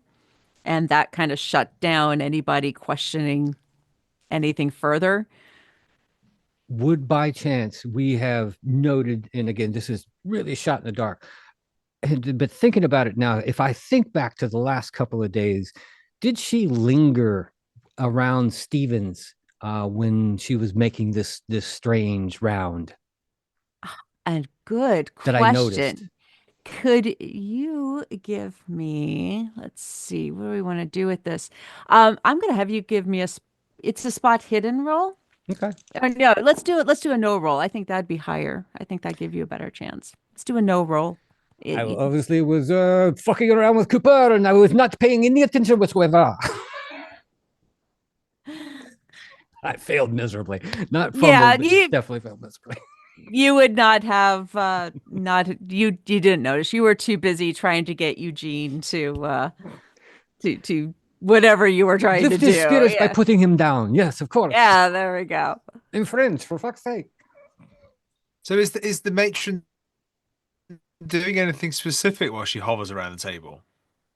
No, she doesn't really say anything, but you really get the very distinct impression that she is sizing all of you up, looking you over. Whether it's from, you don't know much, you can't really determine much more than that, but you do get the sense that, she is really kind of looking and examining you. So you feel almost like either like, you're being examined by a doctor, you're being sized up. Being examined by a doctor or being examined by a farmer? I'm just wondering if this is the which one of these pigs is it tonight kind of chef. Oh, give me an int check. Let's see if this spark of idea comes to you.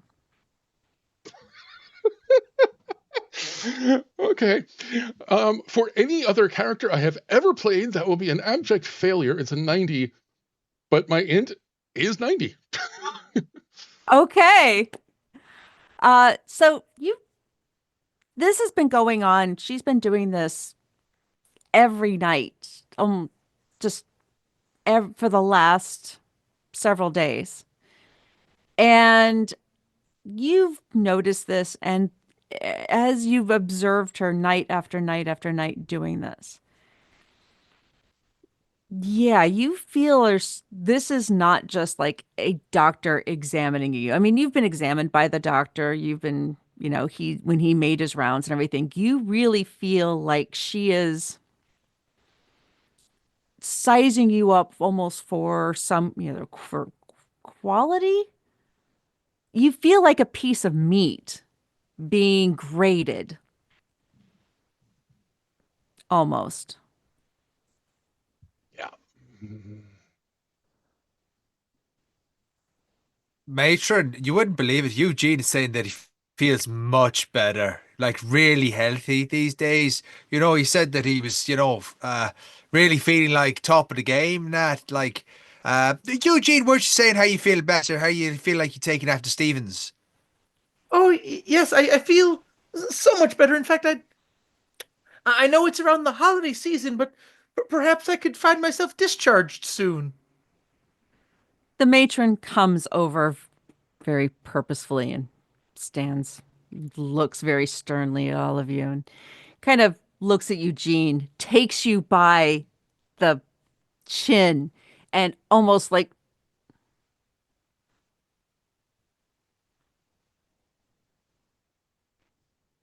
I'm sure you'll be fine. I'm sure you'll be fine, Mr. Cooper. The doctor still wants to keep you for observation for the next couple of weeks, just to be sure, of course. Weeks? You told me I could get out of here soon. I've been here for 5 months. Yes, well, it takes time to regain one's proper health, so the confinement is necessary, but it looks like you have cleaned up and fattened up a little bit. Yes, I'm sure the doctor will release you very soon. Could perhaps is the doctor around tonight? No, the doctor is off on holiday, and I am perfectly capable of taking care of you myself. I'm sure we will be just fine. Everyone finish dinner. This needs to be done. And then she stops at Sean and kind of eyes you up. And then, like, just very snappy, kind of walks back to the door to the administrative side of the administrative wing. Put a hand on Cooper's leg and lean over to him and say, Cooper, did when was the last time that the doctor when did he examine you last?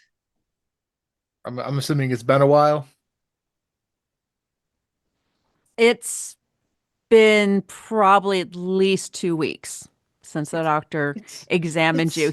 But you did see him kind of in the area until almost a week ago when he went on holiday.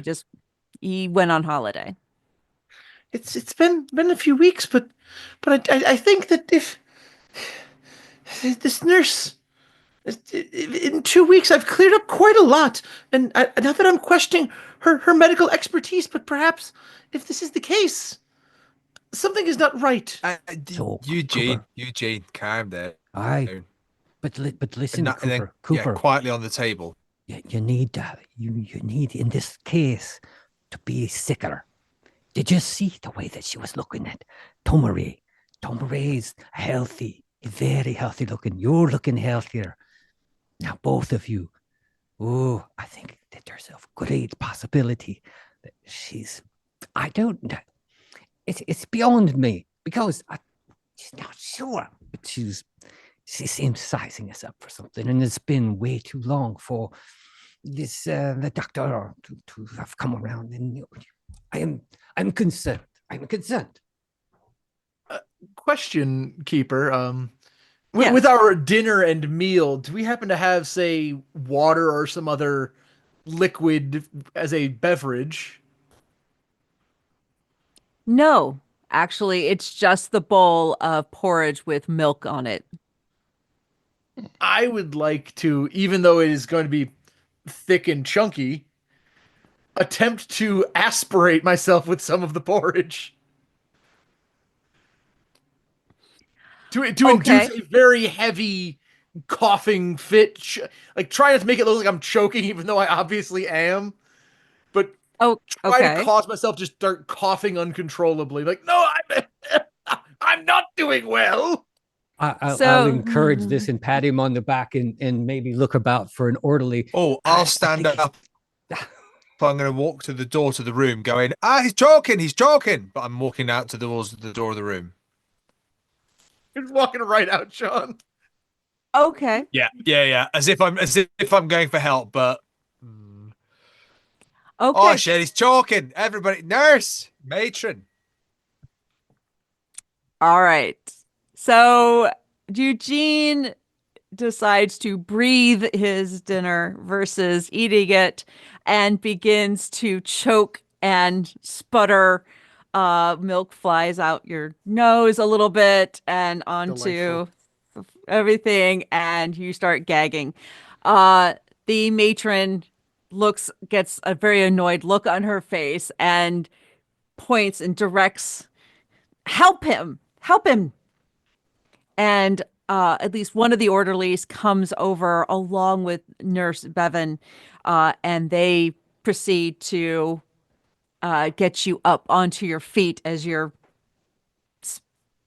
coughing and kind of spewing a bit of milk, little milk and porridge dribbles out of your mouth, and tries to lead you out of the room towards your actual, your patient's room.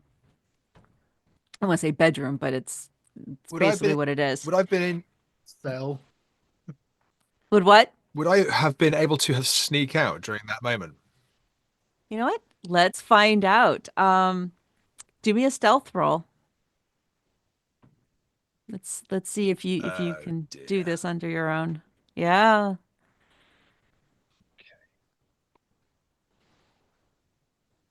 Oh, okay. So I rolled a 28. My stealth is 20, so I'm going to use 8 points of luck. Okay. So yes, in the commotion, the matron seems to be distracted with what's going on with Eugene, and you are able to slip out of the room. Where are you? Well, first, where are you headed? Sean. Me? Yes, where are you headed? Sean. So all this talk about the doctor not being there and Stevens's body going missing, or not going missing, but being burnt, but they're not being burnt, and there should be a doctor here, but there hasn't been one for a week. I'm going to his office. I want to go knock on and see if he's in there, see if he's hiding away. I'm going to the doctor's office. Okay. So the matron, when all this chaos begins, the matron will move out away from the door to the administrative wing, and head towards the door to the isolation room, which is where Eugene, you actually are going to be taking. They're going to take you to. They're going to head to the isolation room, not your bedroom, so not your patient room. Jean-Baptiste and Declan, what are you doing? We'll get back to you, Sean. Well, I'm highly concerned that they're taking Cooper toward the room that you rarely ever return from. I look at the doc there, or the professor, and I'm like, should doc, professor, wait, I'm beside myself. Yeah, Declan doesn't want to let Eugene go by himself. We're not even allowed to leave the room without authorization, unless we're not noticed. Somehow, I doubt they're going to let any of us go along. At that point, the other two orderlies in the room start to gather up the rest of the patients. You realize that they are kind of almost herding you towards your bedrooms, towards your patient rooms. And you see they line you up towards the hallway,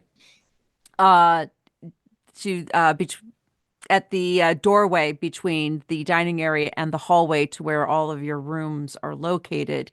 And one of the orderlies has a tray with little cups that you recognize very quickly are the evening meds. And they are herding all of you towards that, giving those ahead of you each of the meds and sending you to your rooms. Sean,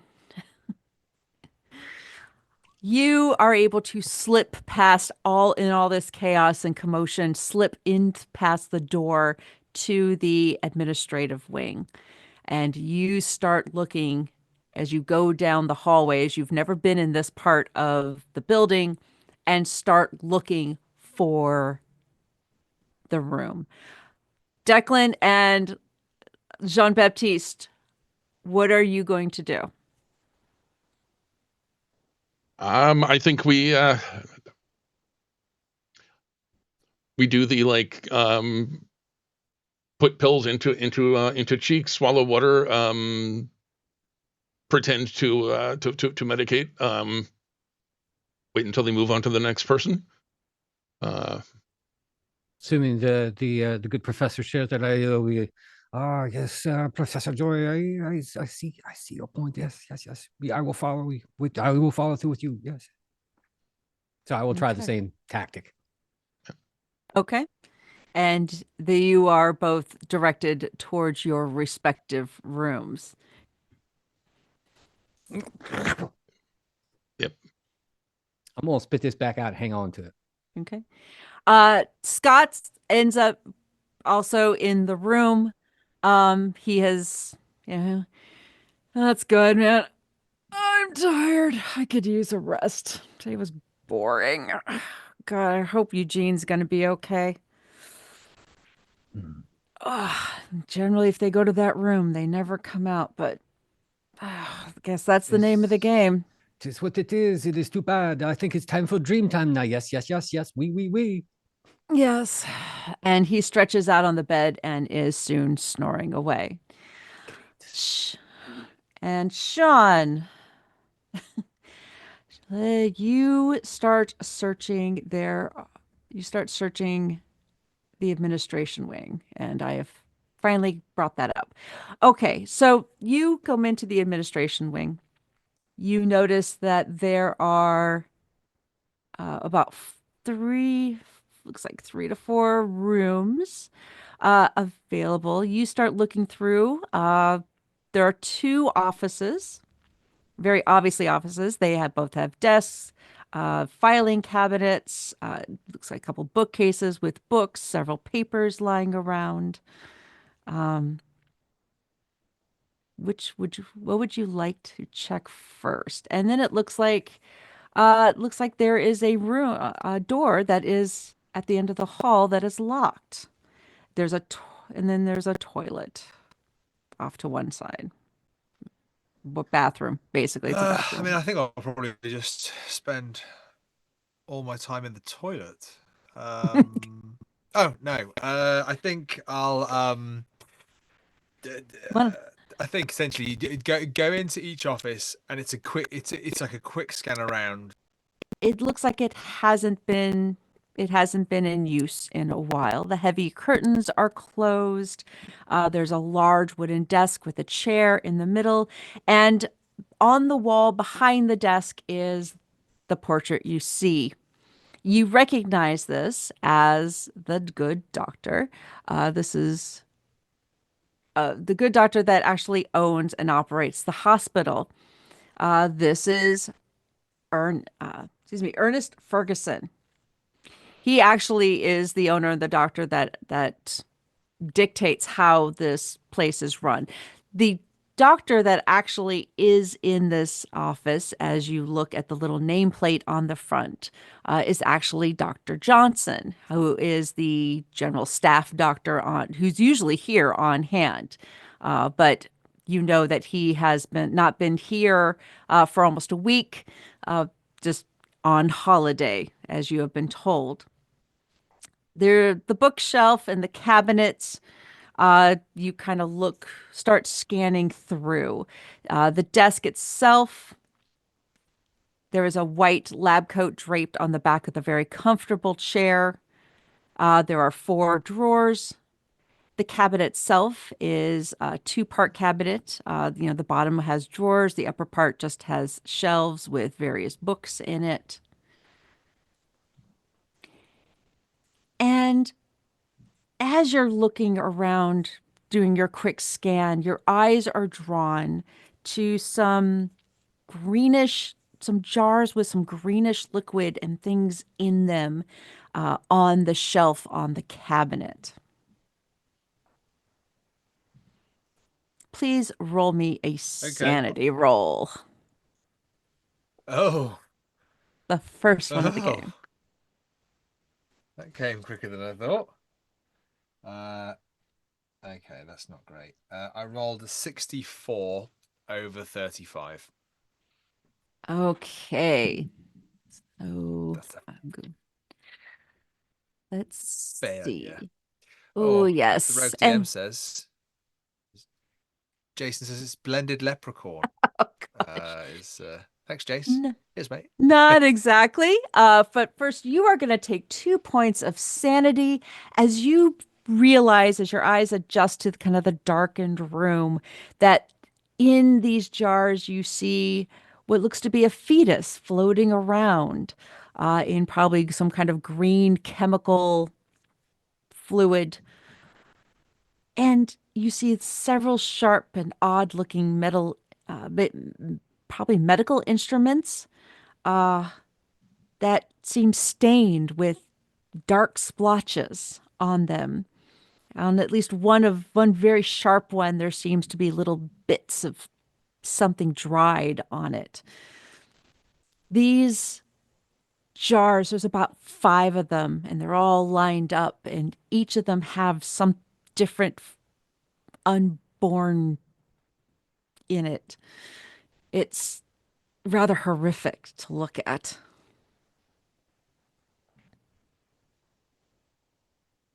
There's 5 of them. There's 5 jars. Yes. You realize that the medical equipment, the knives and the scalpels, and they are very unclean and not they look like they've been well used and put away dirty. Do I hear Nurse Bevan's voice in my head saying 1 a day for the last 5 days? She said 1 a day for the last few days. So she didn't really give you an exact number. Good work, Heather. Good work. I do what I can. Okay. Okay. But yes, this is rather disturbing. Yeah. But I think I'm so disturbed by it. I'm actually incredibly curious by it, and is anything in the jars alive? If I go up and just tap tap tap. Nope. Whatever they are, just seems to be curled up and floating. The fetuses definitely aren't full term. They seem to be in various stages. I mean, you're not really up on the medical, but you can kind of see the formation. Like there are kind of nubs on what are supposed to be hands, and then some are, yes, they are. Okay. I guess after being horrifically shocked by those things, I will try and continue this search, looking for books. I'm kind of locked into this idea of, I don't know, just anything that stands out, because I really want to find the doctor. I feel like the doctor's the one that's going to give us some common sense in this moment, and also I want to ask about these jars. This is an old dusty room. Maybe these are old things. So I'll continue to try and go through any kind of desks, cabinets, bookcases, find anything that I think kind of like piques my interest. I'm just looking around, just trying to see anything that stands out. Was there anything in the doctor's lab coat? Anything in the pockets or anything? No. Everything else that is in that office seems to be fairly innocuous. There are some patient files, some just basic paperwork write-ups on, follow-up conditions, examination notes of patients. Nothing seems out of the ordinary.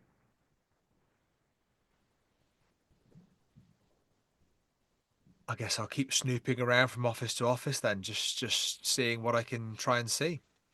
Okay. So you go into the next office. Before I go to the locked room.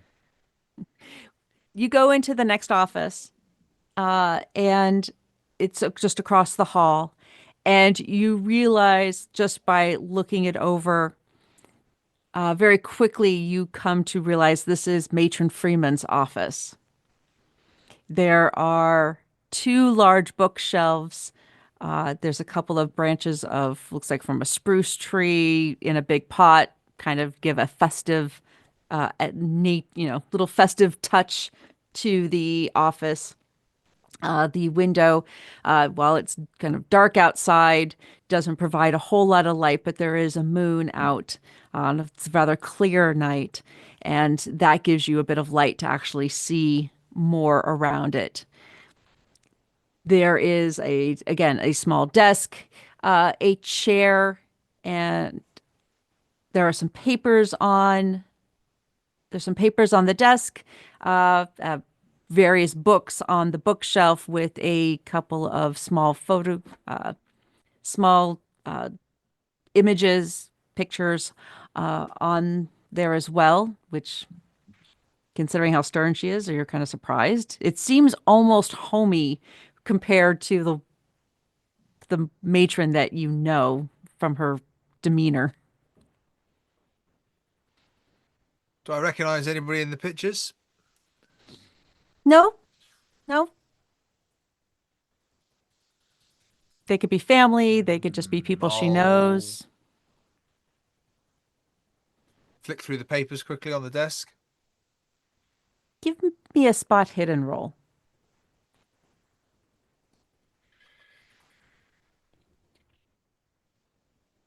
Ooh, so that's a 20 under. My spot hidden's really good. Where's it gone? 75. Nice. So, okay. Banging. So you are going through some of the stuff on the desk, and you come across a couple of things. Steve, if you could put up handout 3 for me, please. Sure. Thank you. And while he's doing that, one of the things you find of looks to be a letter.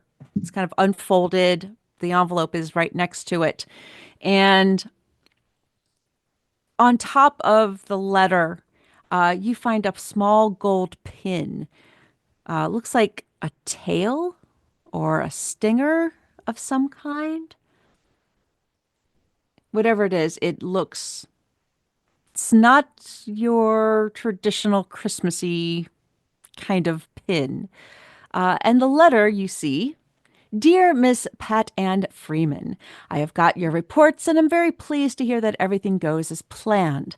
New messages have been given to me and I can gladly inform you that they are more satisfied than expected. It is now time to start step 3 in our plan. I do not know how it will react due to it not brought up under the usual circumstances, so I have transferred £500 to your brother's account after your agreements. Hopefully you will be able to collect your money and we could all celebrate your deeds. If not, we salute you. With kind regards, Ernest Ferguson.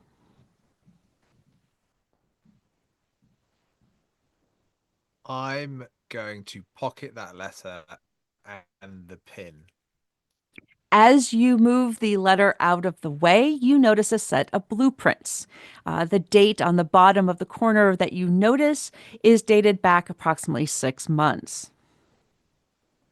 That you know is when Ernest Ferguson took over the Sanatorium. Oh, okay. With my layman's eye, the blueprints, do they mean anything?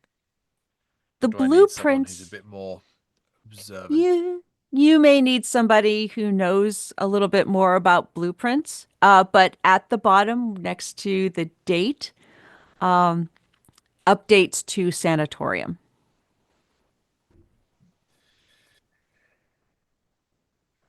Okay.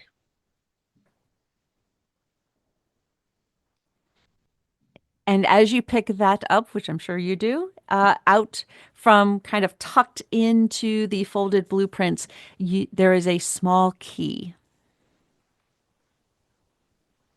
Oh.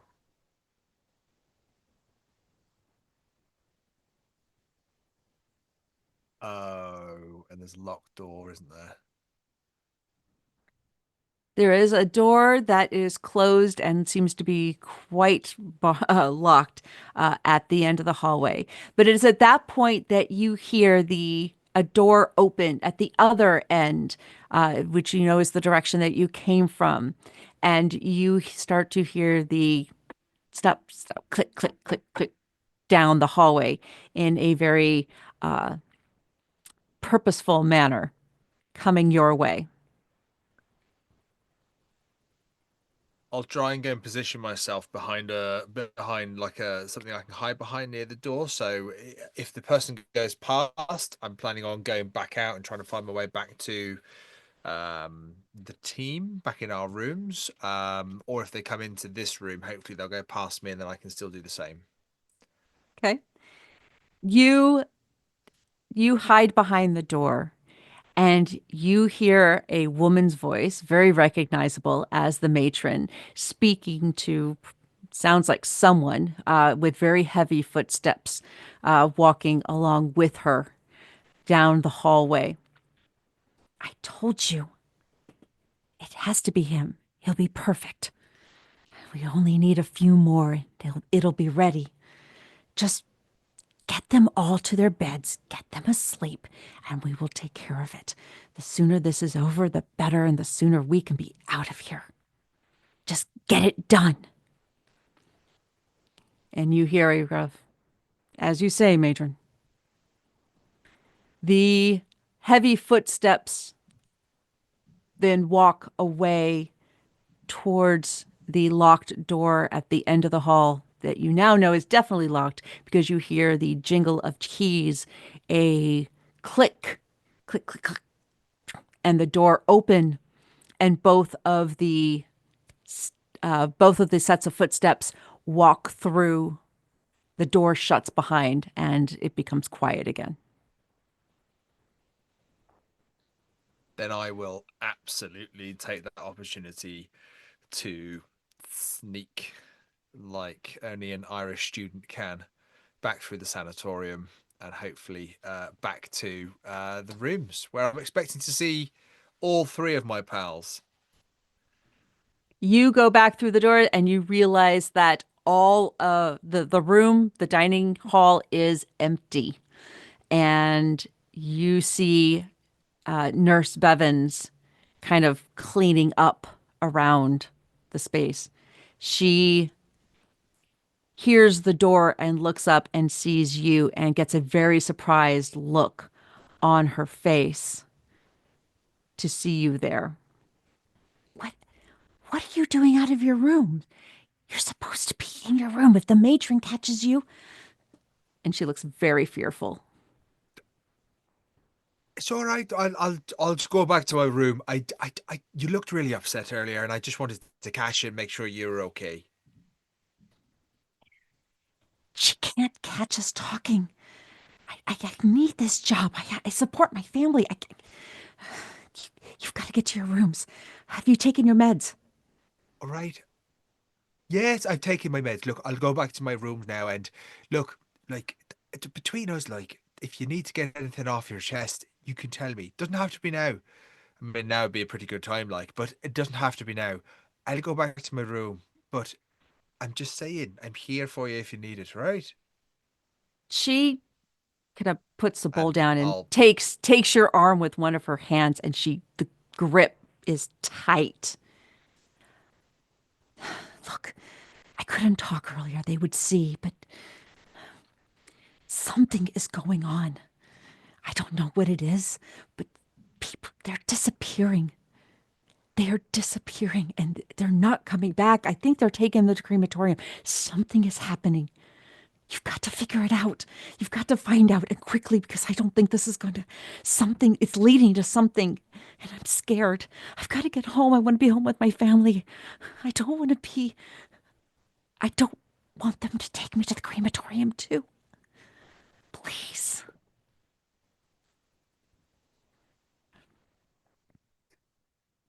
Nurse, go back to Bevan, crack on with your jobs. Pretend everything's normal.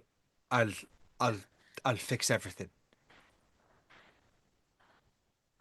Thank you. Go quickly before they get back. They won't be gone long. I think they just want to go check on whatever it is. I don't know. Just go. Go. And she quickly scurries off to take the last of the dishes to the kitchen. Eugene, as you choked the last of the porridge you decided to inhale,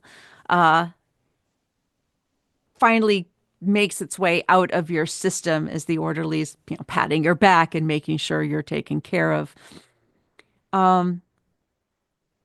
In the isolation room, they have you sit for a little while and keep an eye on you. And when they realize that, no, you're not actually dying, that you just decided to breathe in your dinner versus actually eating it like a normal person, I tried to inhale it. They have basically kind of annoyingly shoved your nightly meds into your hand, waited for you with a look of kind of like, take this and get done. What do you take the meds? I'm gonna try to not, and like try to cheek them, swallow the water, and like tuck the pill down in my lip area. Like, see, no pill. And when they're like, great, fine, and then they basically almost manhandle you back to your room, where Jean-Baptiste, you and your roommate, Scott is now out snoring, and the door opens, and in almost flies Eugene as the orderly kind of gives you a very firm assistance into your room, and then shuts the door. All the doors have been shut and are locked, and you know that there are a couple of candles left burning in the hallway for a little bit of light, and then you have the candles in your room. Are you all right? I'll like try to spit the pill out as soon as they've shoved me in. Oh, whoa. Here. Put it in here. I have him put it in the same little thing that I've had mine put in, just in case. You never know about these things. What did they do to you? Are you all right? I'm fine. Yes, but give me a moment. I want to grab the cup that I just spit the pill into. Mm-hmm. Does it look like the usual evening meds they would give us? Yes. Okay. Well, they slapped me on the back a few times and told me that I was fine. And well, apparently I'm not good at faking a tuberculosis attack, but you can't blame a man for trying. You did well, Cooper. You did well. Nothing seemed out of place, though. They took me into a room and made sure that I wasn't dying and sent me on my way a bit aggressively. But you know, I'm sure. I don't know.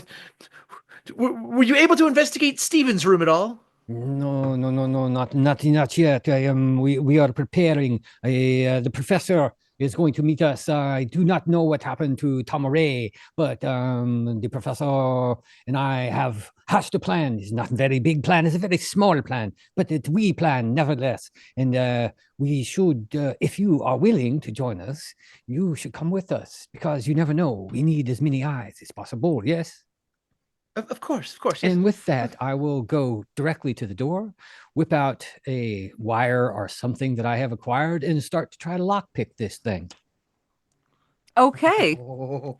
You go ahead and give me a lockpicking roll. Declan, Sean, you make it back to your room. You realize that the door to your room is locked and Declan is on the inside.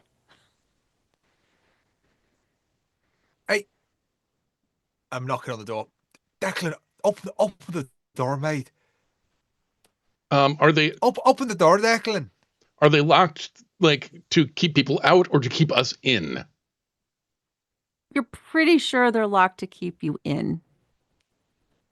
But with these doors, it's a key lock. So yeah. You'd need to actually be able to have the key to get in.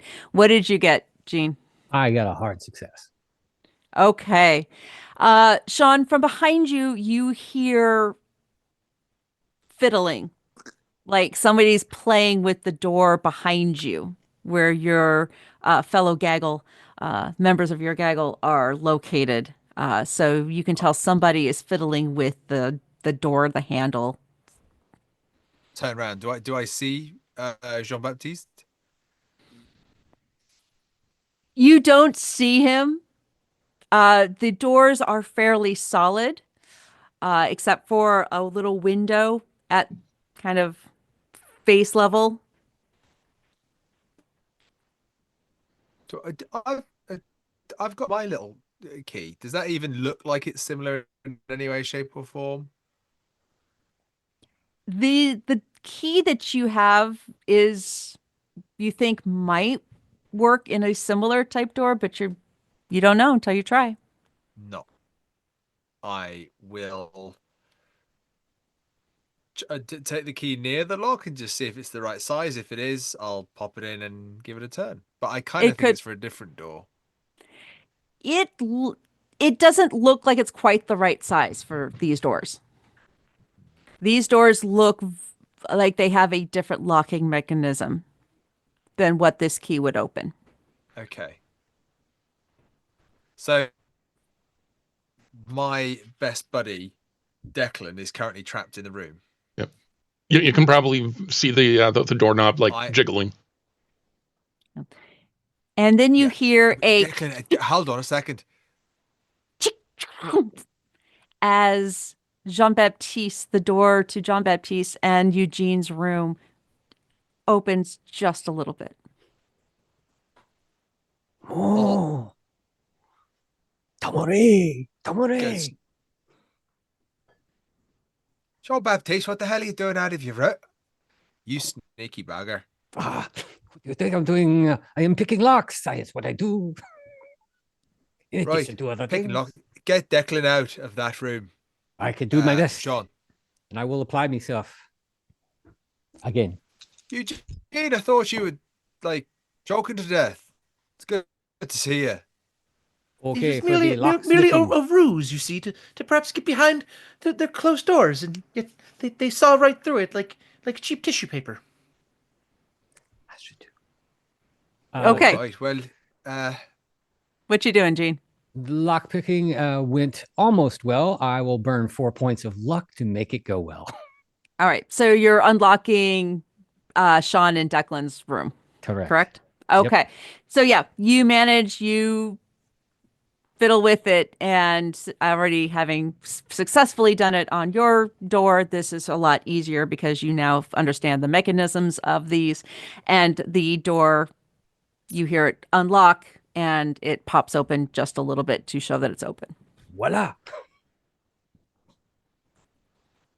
Dare say, you never cease to amaze me, you know that? Stay with me, Cooper. We'll keep you alive. I do hope so. Right. Jean-Baptiste, if you're gonna have a little lockpicky on Stevens's door, just while you're doing that, I found a couple of things. I used Eugene's brilliant acting moment where he was choking on his very soft porridge to sneak out. Look, I had a little bit of a poke around, but you'd never guess what I've seen.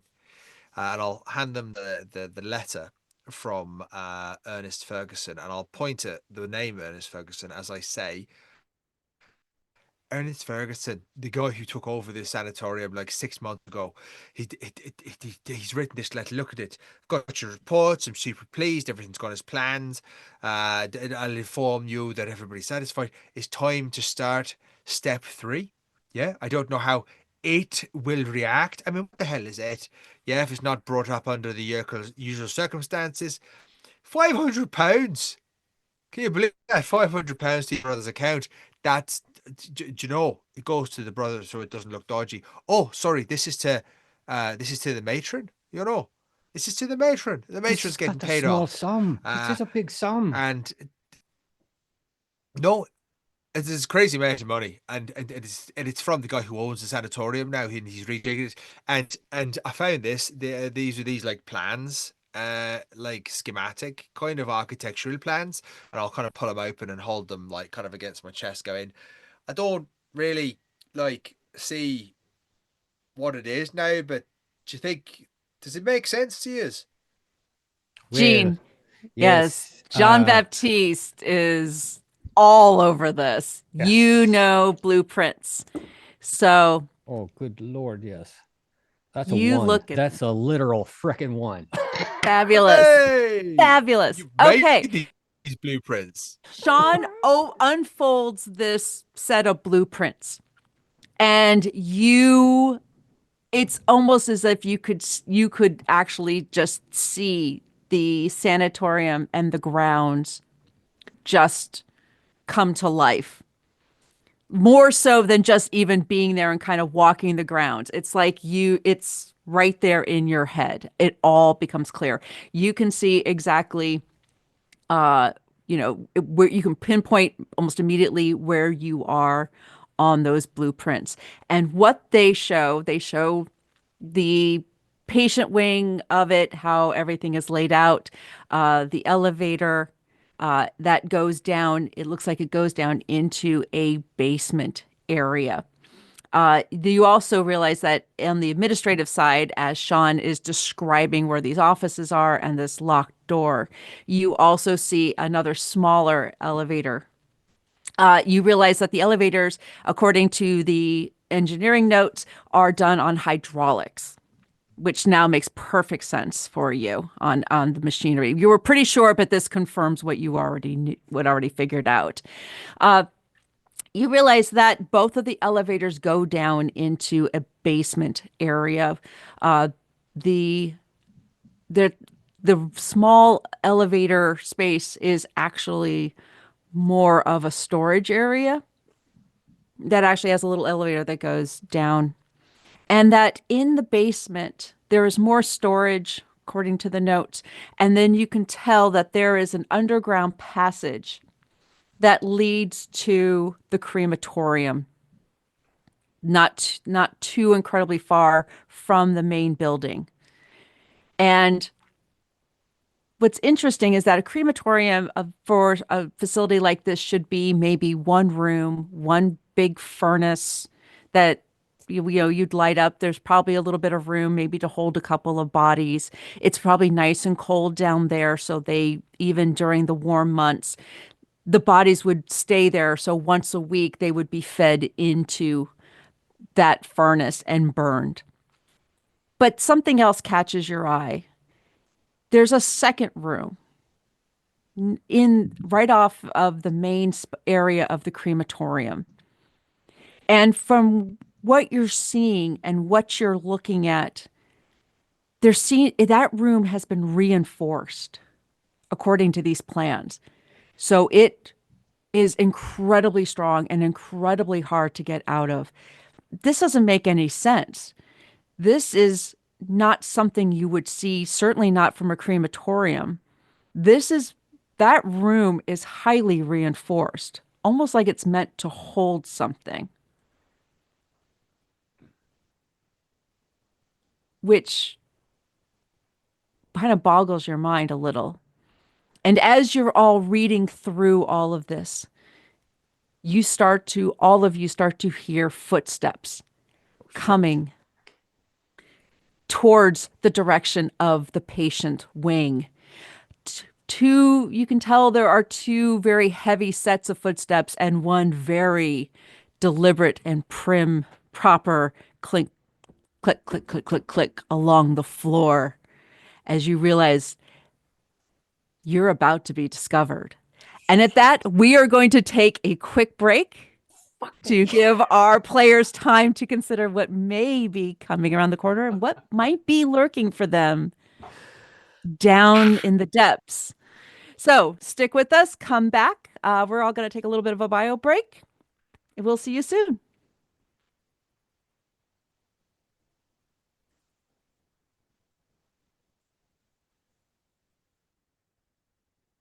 Welcome back.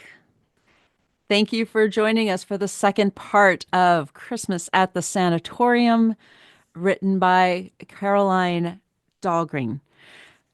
As we left our intrepid and dangerously close to being discovered investigators, they have just discovered, looking at the blueprints, that Sean Tommeny has nicked from the matron's office, and thanks to the skills of Jean-Baptiste, have discovered that there's a lot more to the sanatorium than just the restful respite and dining hall that they have been a part of.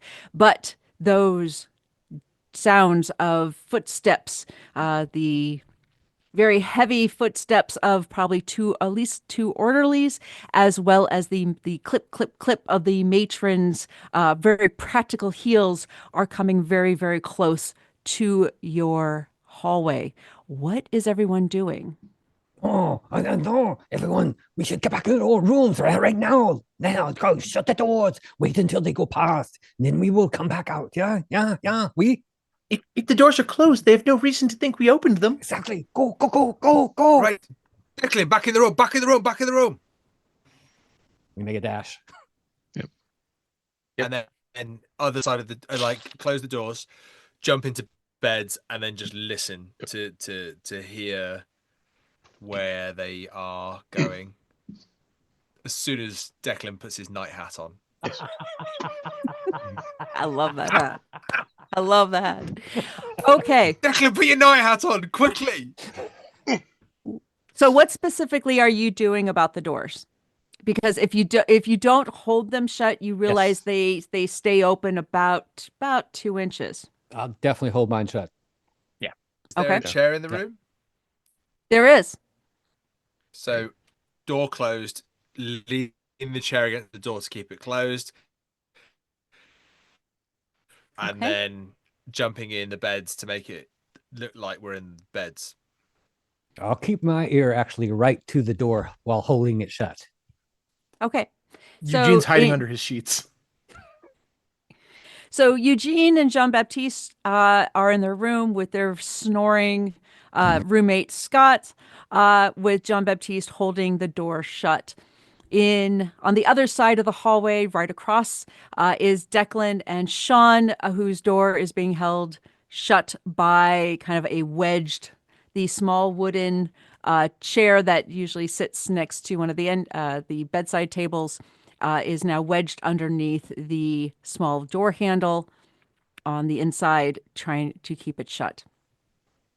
And as you finish jumping into your rooms and setting everything up and quieting down, just at that moment, around through the corner comes the heavy footsteps, followed by the click, click, click, click of Matron Freeman's very sensible heels. You hear her talking to the orderlies, but you can't quite make it out until they just about get to your doors. Yes, that one. He'll be perfect.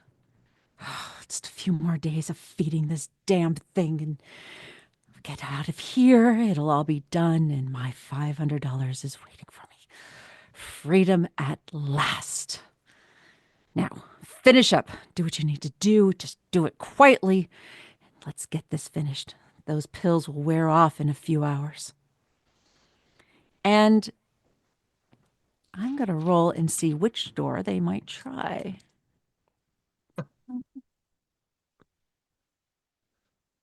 We use luck to make sure it's Eugene.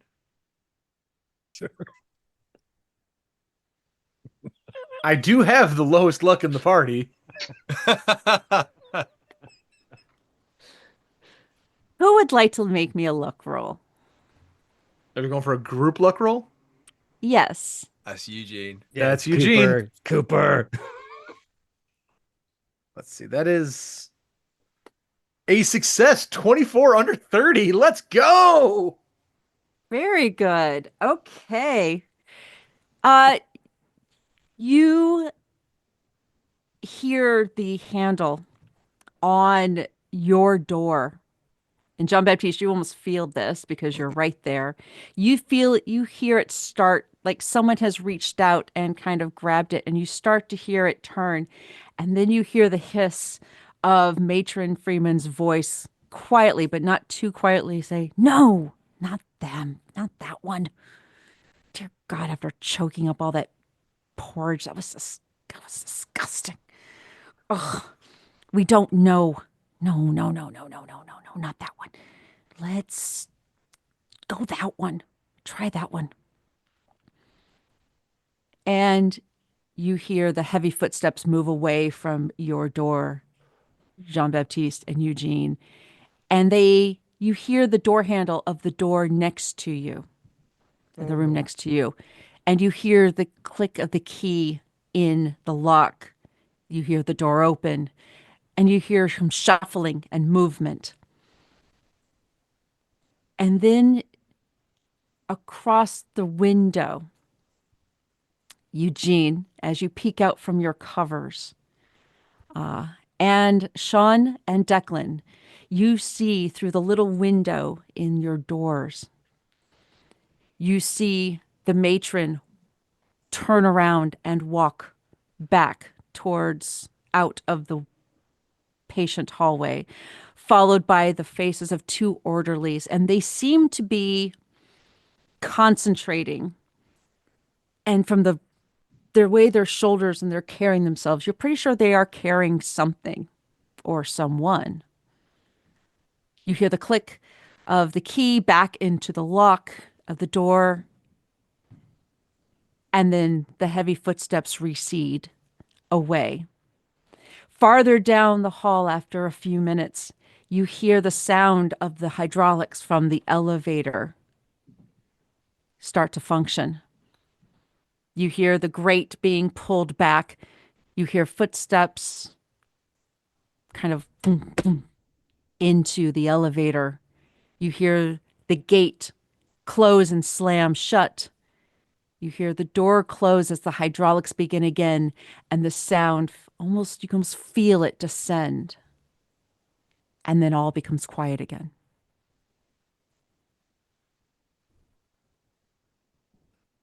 I'll check on Declan. I know he's got a sleeping hat on. I just want to make sure he's not actually gone to sleep. No. Just thinking about a riddle from earlier. He runs you through it. He's getting nowhere. Right. Are we ready? Are they gone? Let's go and check on. I think so. It's us. It's Eugene. It's us. Jean-Baptiste. Did you hear? I heard a little bit. Yeah. Yes. This is not good. This is very, very, very bad. Very bad. Yes, they've taken another. We could go into Stevens. Right, we could go into Stevens' room now and have a look around. But do you not think we could be interested to follow them now and see what they're up to with? Who did they take? Wait. If we look at the rooms, can we work out who they took? Mm-hmm. Is you it can look through Stevens' room, or is it on the other side now? It was Stevens' room. Oh shit! So it's the other poor fucker. Okay, great. That's what he gets for being in room 1408. Right? I think they took John Cusack. We need to act really quickly now. So yes. Shit. So anyway, yeah. Sean, you take a quick glance through the little window on the door, and you see the bed sheets pulled up in disarray on the one bed that Stevens was in the other room, was in one of the other beds, and the poor sap who was being very chatty on the walk yesterday is no longer in his bed. Right. Jean-Baptiste, can you open that door into Stevens' room? I can certainly give it a try. Whoa, this is a bit no, my fucking lockpicky broke out. A fumble? Not a fumble, but it's pretty big miss. Okay. Oh, wait. You know what? Fuck it. I have 46 luck. You know what? I'm going to burn. Holy shit. I'm going to burn 29 of them. So, yes. Is it worth pushing? Oh, hell yeah. You could push. I will push. Okay, so I will try to I was so ready to see you spend 20 something luck. Right. That was impressive. 29. I was just like, wow. But I will try to push it. And if I fail, I have this feeling that I may make a lot of noise and it'll crack, and so I'll have to give it a try, folks. I could have burned the luck. I should have burned the luck. Oh, fuck me. Ow. I made a lot of noise. Still didn't open a damn thing. His hand trapped in the lock. What did you get? I got a 70 on a frickin' 50. Oh, okay. Yeah. All right. Sorry. If he's making a bunch of noise with his lockpicks, he is. Can I attempt to just hip check the door open with pure brute force, since clearly stealth is out the window? So Jean-Baptiste breaks his main lockpick tool. And of course he tosses it on the ground, and that kind of clangs a bit, which all of you are like, ooh, because it's kind of loud, but it inside out. And he keeps working it, and he starts shoving, like pulling like metal, like screwdrivers and stuff, out of, like, how the hell did he get this all into the sanatorium? You don't know, but somehow he has pulled out like 3 different types of screwdrivers. And he is trying to jimmy this thing with all of his might. His vocal intonations are getting louder with every misstep of it. One of the poor screwdrivers breaks on top of that, and it finally, you think he's done more harm than good in locking this thing up. But Eugene decides to try to be impressive, and you are going to give me, because I want to see if this works or not. I'll give you a shot. Why not? I'm going to give me a strength check. How strong are you, Eugene? You're an adulterated strength. You said you're bashing it, so what are you doing? Well, I'm going to say Eugene has a strength of 74. Whoa. Mm-hmm. And, wow. I think a 0-1 is good. Oh, that's 2 tonight. Woo! Eugene, are you secretly like push-ups and pull-ups in your cell at night? What the hell? This guy has got tuberculosis. Jean-Baptiste, he's a plant. He really is. Jean-Baptiste, you are summarily, basically, kind of pushed aside, like, and with like this big, like, yes, I'd like to give it a try, please. Boom! And I say, it's just berries. Voila.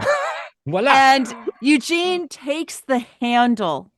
And thank goodness that Jean-Baptiste has somehow, like, strengthened, not just not unlocked it, but strengthened this handle, and this spot through your trying to unlock it has done completely the opposite, because Eugene comes up and takes this handle and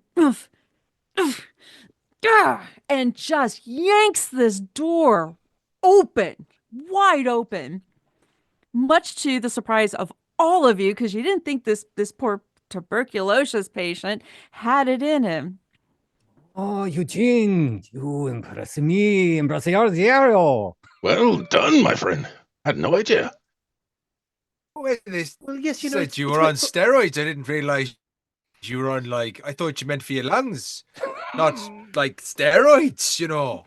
Well, when one studies the occult, one needs to be ready to fight at a moment's notice. Okay. And lift cars above your head, apparently. Right, in case. The door is open, and the room, as you peek in, is empty. Great. The bed where with Stevens is still made up, neat. But the other 2 beds, the sheets are in disarray. One of the pillows has been knocked to the floor. It is completely empty. Oh, so my friends, they are stepping up their game, no?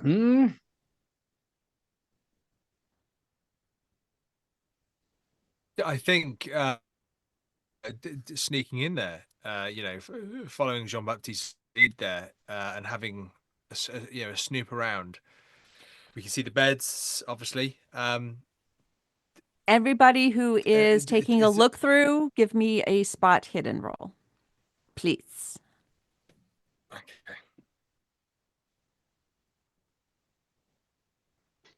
thought it was that good.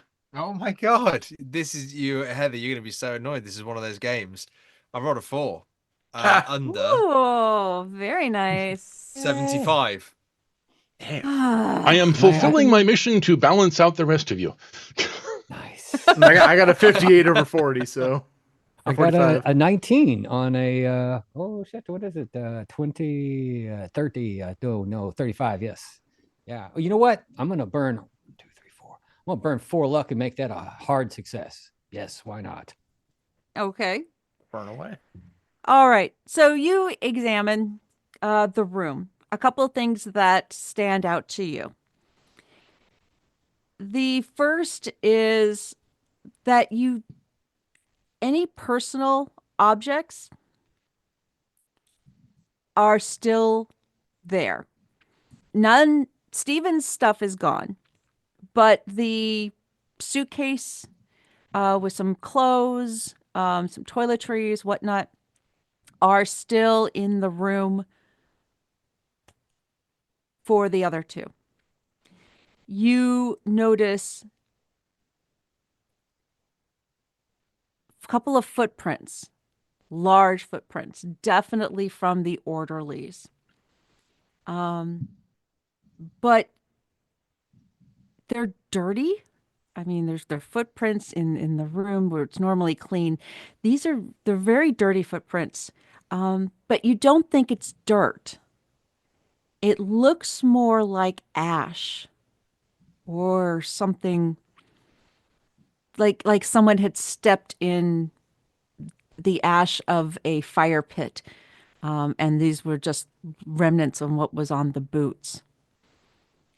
There's a lingering scent that almost like that kind of sickly, sweet scent and slight burning that just for a moment, just with that 4, just get like that little hint underneath of everything. And you notice that there's something that dropped on the ground near the footprint.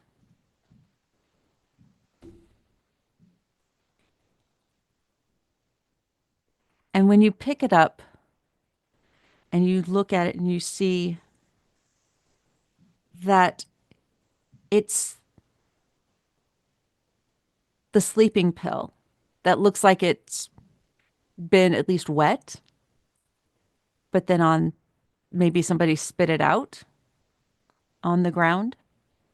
It's almost like in where the kind of stone floor, it's almost like a little nudge. You almost wouldn't have noticed it, but it looks like one of the sleeping pills that they were giving out had been spit out.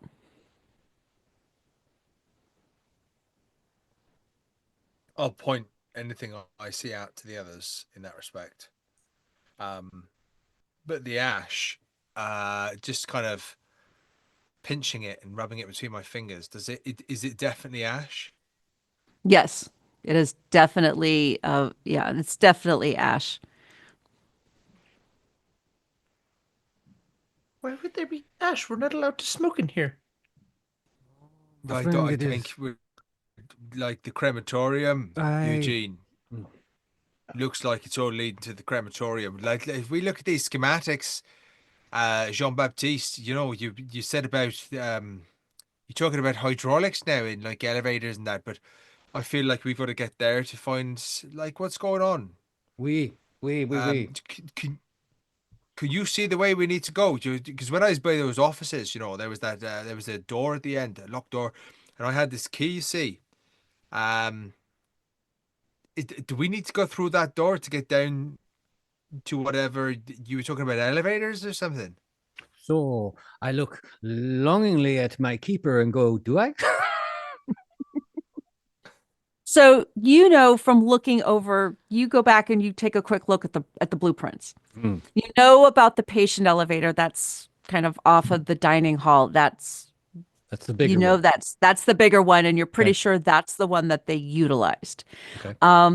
But you go back to the schematics and you look over and you see what the office in the administrative wing. You see where the offices are that Sean is talking about.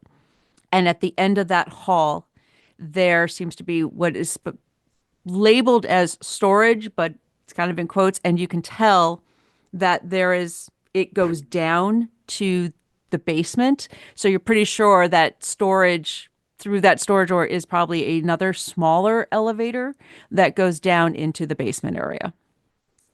So I point this out to my friends and I say to Tommeny, you have been to this place. You were talking about this room at the back end. I do think that it is possible that this elevator is probably connected almost assuredly to this. I think that is where we need to go now. While they are off doing other things, off in some other part, we will investigate there. Yes. Right. I thank you. Right. Jean-Baptiste, Declan, are you good for that? We're going to get moving. Can see your brain's ticking away there. I don't suppose there are any stairs or anything on those blueprints.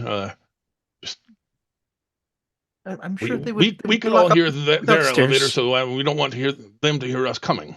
Ooh.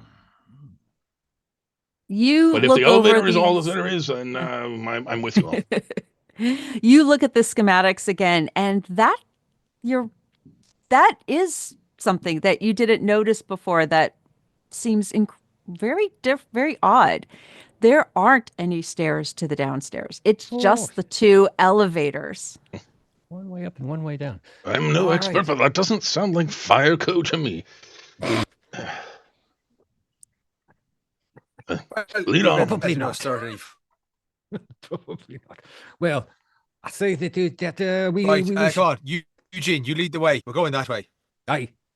We want a strong man in the front. Absolutely. All for one and one for all. I've got a bad leg, so you go first. The wheel goes first. His shoulders kind of like hunch down a bit, and he's trying to make himself look smaller despite having his size is 70, so he's hard to hide. He's a big lad. Size 70. My God, I had no idea this guy was so big. Right, I'm wee compared to him. Go on, Eugene, get down there, you big boy. Oh yes, of course, yes. And he'll start walking in the pointed direction. Excellent. Okay. So we're following, I assume, Sean's guidance to get us into that area. Now, I assume we're going back out through the area where the mess hall, or what do you want to call it, is? Yep. Almost everything kind of points into the mess hall, or it can be through the dining hall. Yeah. So we go back there, and again, not being like uber cautious, but at the same time, not trying to make as much noise as I was making opening, trying to unlock the door. And pausing as we open, is make sure there's no one directly on the other side. But beyond that, like I say, we make haste. Yes. Indeed. So you peek out into the hallway, or from the hallway into the dining area, and you hear very quietly. You hear music, Christmas carols coming from the library. And notice a bit of light coming from there, probably from the fireplace and maybe a candle. And you hear the kind of quiet singing of a woman's voice. And it sounds, you're pretty sure of that may be Nurse Bevan. Well, Tommeny, you have how do we say, a working relationship, yeah, with her? Why do you not let us peek in on her? Yes, or you peek in on her? Yes, we'll stand watch. Declan, and I'll hand him the key that I've got for the room, just in case for whatever reason, and then I'll kind of walk slowly towards Nurse Bevan. You're right there, Bevan. Listening to a few little Christmassy songs, are you? You startled me. What are you doing out of your room? Sorry. They've been around. Sorry, I know. It's all right. It's all right. Just checking in. They took two more. They took two more. I couldn't. I needed something to distract myself. So I came in here and just put the music on, and I try not to think about it. I don't want to think about it. It's all right, Bevan. You're not a part of it. We can see that now. You know, we can see that you don't want this happening as much as we don't want this happening.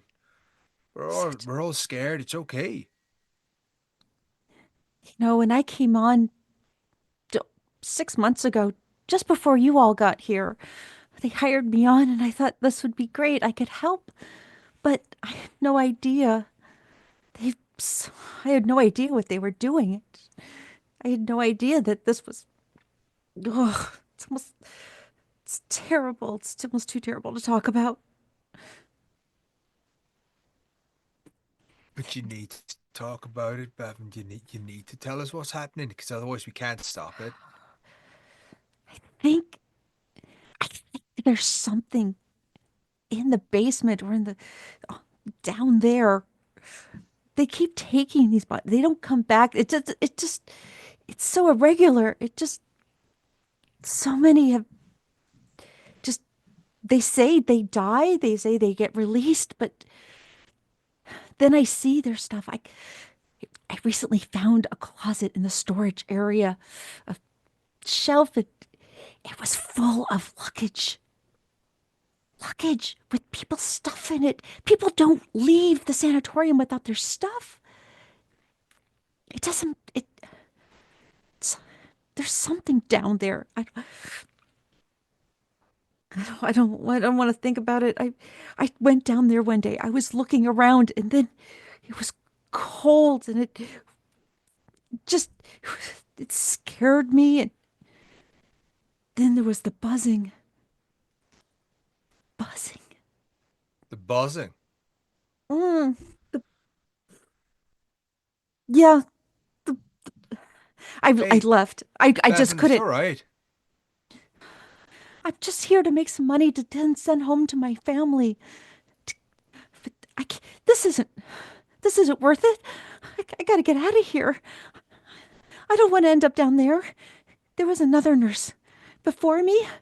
She asked too many questions, and supposedly they fired her. They let her go, but I found her suitcase. She was my roommate. I found her suitcase down there.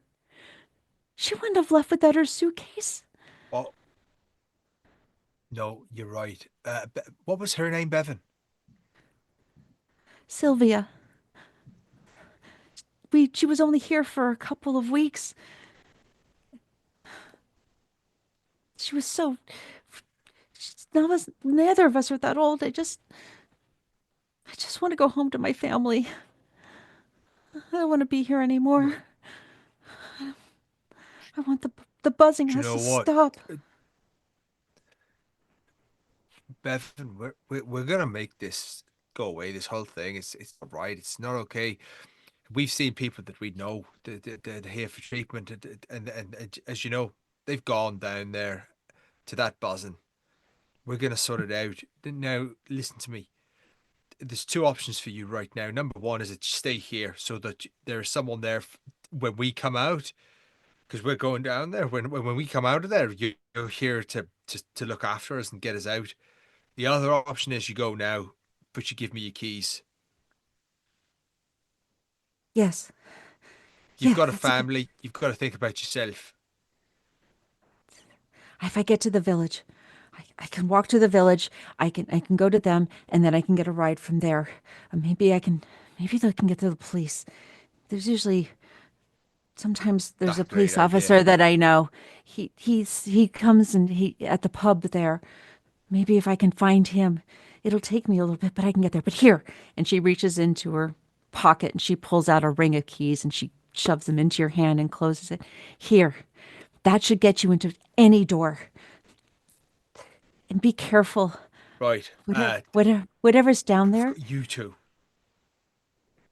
whatever's down there, people go down, and outside of the matron and the orderlies, they don't come back up. They never come back up.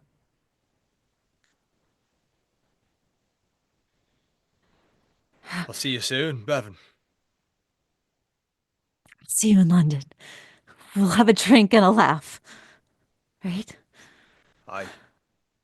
We'll have a drink and a laugh. And Good I'll luck. just kind of turn and walk towards the others. You too.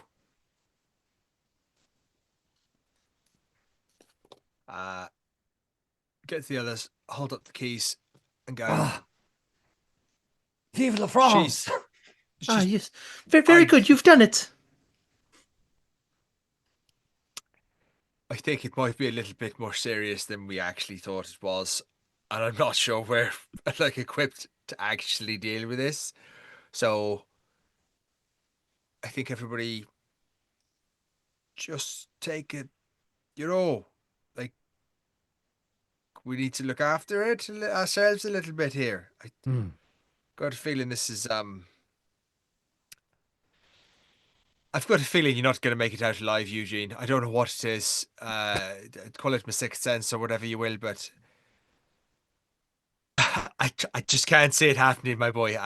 You're a good man, but is there any last words you think you need to say now before we go down there? What is it that you're saying, man? Look, he's going first, isn't he? Because he's a big lad. But if he's going first, then he's going to see whatever the thing is first, and then it's obviously going to eat him or turn him into ash or something, isn't it? You have a point. Yeah. You know that I know quite a bit about the occult. I mean, at least it's not tuberculosis, Eugene. I mean, that's pretty good, right? Newman. I have a feeling that whatever we see in there, I will take it head on. That's the spirit. Vive la France! I think that's going to be the problem. Shall we? But let's go for it. Let's. Well, I have a feeling that we don't have much time. Don't worry, Sean. If it bleeds, we've got to go we may be able to kill it. Oh, yes, good thinking. Nice positive thinking there. I like that. Declan. So where are you headed? You seem to be thinking way too much. Well, been accused of that many times.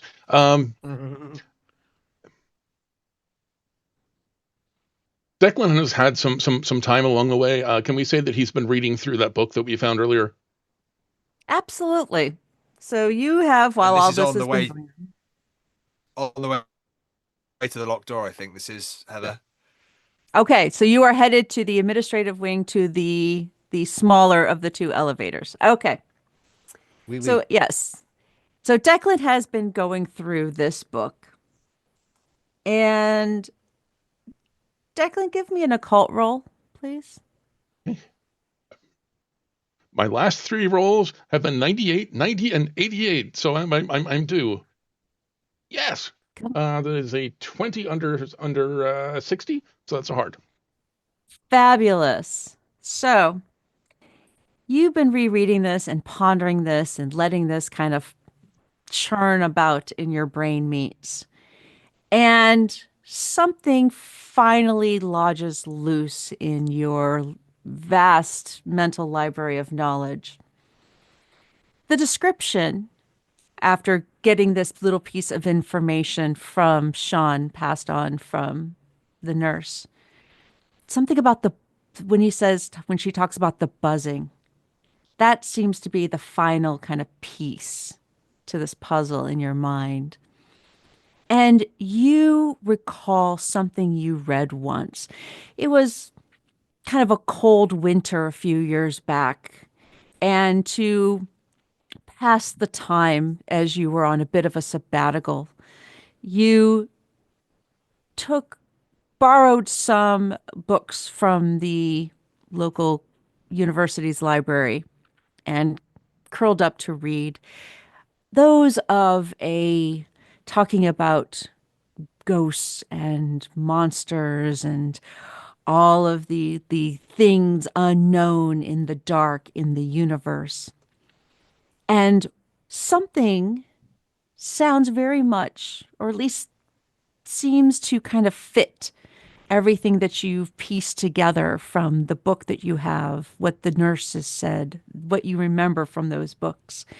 And you recall the name of a creature that supposedly is this, comes from the stars and feeds on the weak, the blood and the brains and some of the innards, and collects them almost just almost like a, not quite a hoarder, but collects them and brings them together and absorbs them and absorbs their knowledge and their power.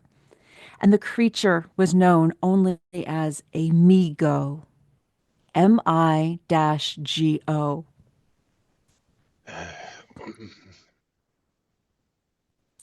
And Eugene, I think I see what you were talking about earlier.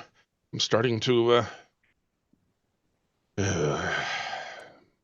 And this makes sense because now that you think back to that phrase in Latin, you remember something. It was almost you remember back a few years ago at the time comparing the thought of how to defeat these creatures from the stars. It reminded you of defeating the Wicked Witch in Oz with water. It was the one thing they seemed very vulnerable to. They were insect-like creatures that would reach in and suck out, exsanguinating their victims, and that's how they got their nourishment, and then tearing out their brains and spinal columns out through their nose. It's quite gruesome. Yet to be defeated by something as simple as water.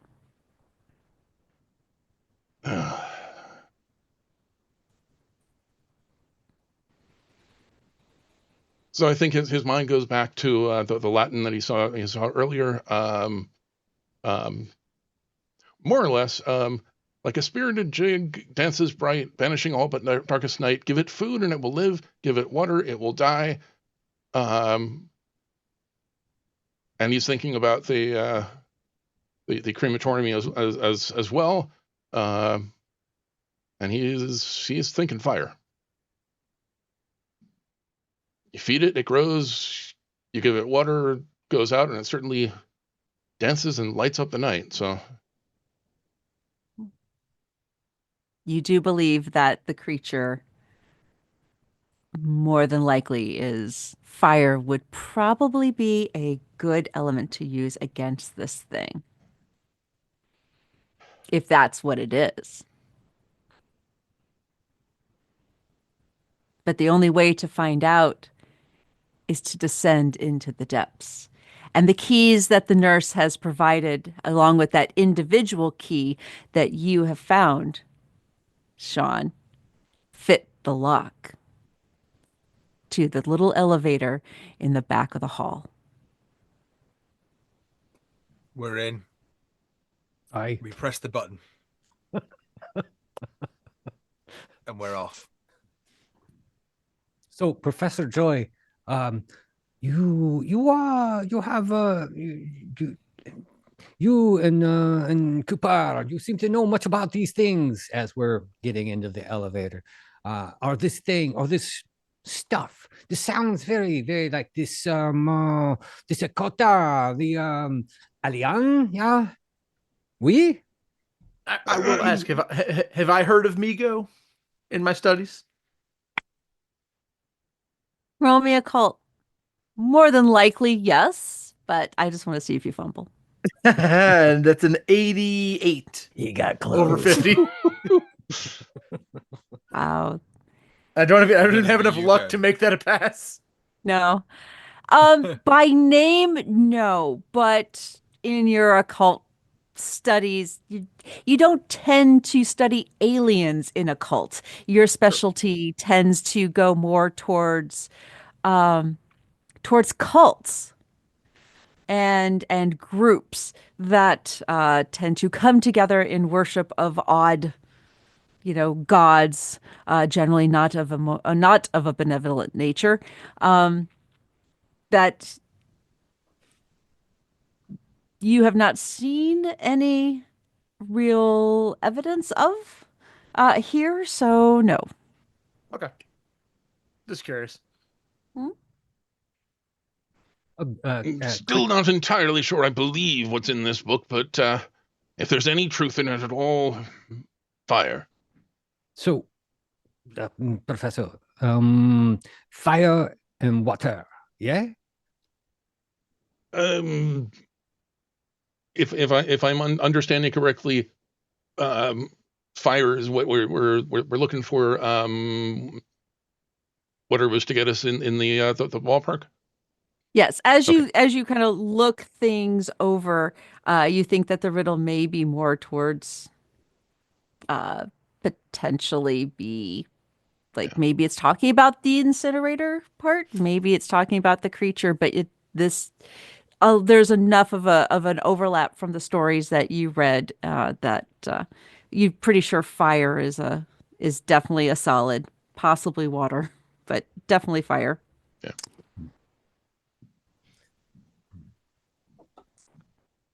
Convenient of it to make its home down in the crematorium, but will not look a gift stroke of luck in the mouth, as it were. So there must be some way to fire this crematorium up. So we will need a couple of things. We will need a little bit of time when we get in there to prepare something, but I think I have an idea, but we must get there first. So you go into the elevator. We're in the lift. Shut the gate, and the lift descends into the basement, the hydraulics. You almost cringe inside from the sound, but you know there's no other option. And you descend into the basement. The lift stops, and the door opens. Through the gate, you see a small room, looks like a storage area that extends out a little bit farther than you can see. And then you can see beyond that, there is another door that is closed.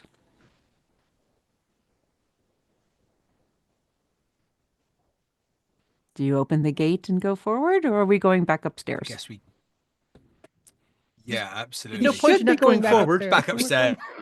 Out with the nurse. Back to the pub. To meet the police officer. If Sean is trying to leave, I'm going to grab him by the back of his collar and be like, no. One for all for one. You said it yourself. Come on. Our wheezing friend is right. I'm just joking with you. I'm just joking with you. Look, we open the gate, and then we got to go and see. Shh, we got to be quiet now. We got to go and see what's on the other side of that door. So, go on, Eugene. Okay. I'll walk off the elevator first toward the door. Okay.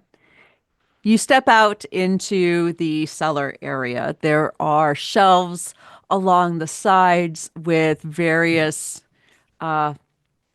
bits and pieces, boxes, and bags. But one of the things that really stands out the most is that you see on one long wall is a set of built-in shelves, and piled on these shelves are suitcases. Just all different sizes and conditions. Some of them look like they have been there for months, but suitcases. And then at the end, on the other side, the other thing that seems to stand out is a large pile of, you're not sure what, because it is covered by a large tarp. But there's a big pile covered. The rest of the built-ins include blankets, stretchers, the handheld stretchers where one person stands in front and one person stands in back. There is a label handwritten on the side of under the blanket saying for deceased only. Looks like there are various unused supplies of medical supplies, buckets and rags, gloves. aprons. Looks like there's a big pile of aprons like some of the nurses wear. Just various sundries. We grab the tarp and pull it. I was about to say I'm going to the tarp. Of course they do. Yeah, so I'll help Eugene. Sean and Eugene together, just let's go. Yeah. It's one of those very old canvas tarps, so it's quite heavy. So the two of you manage to wriggle this thing off, and underneath you see crates kind of piled slightly haphazardly, but piled on top of each other, filled with what looked to be some type of explosives, mortars. Yeah. And on the sides of the crates, in stencil, are marked fireworks. Oh yeah, people.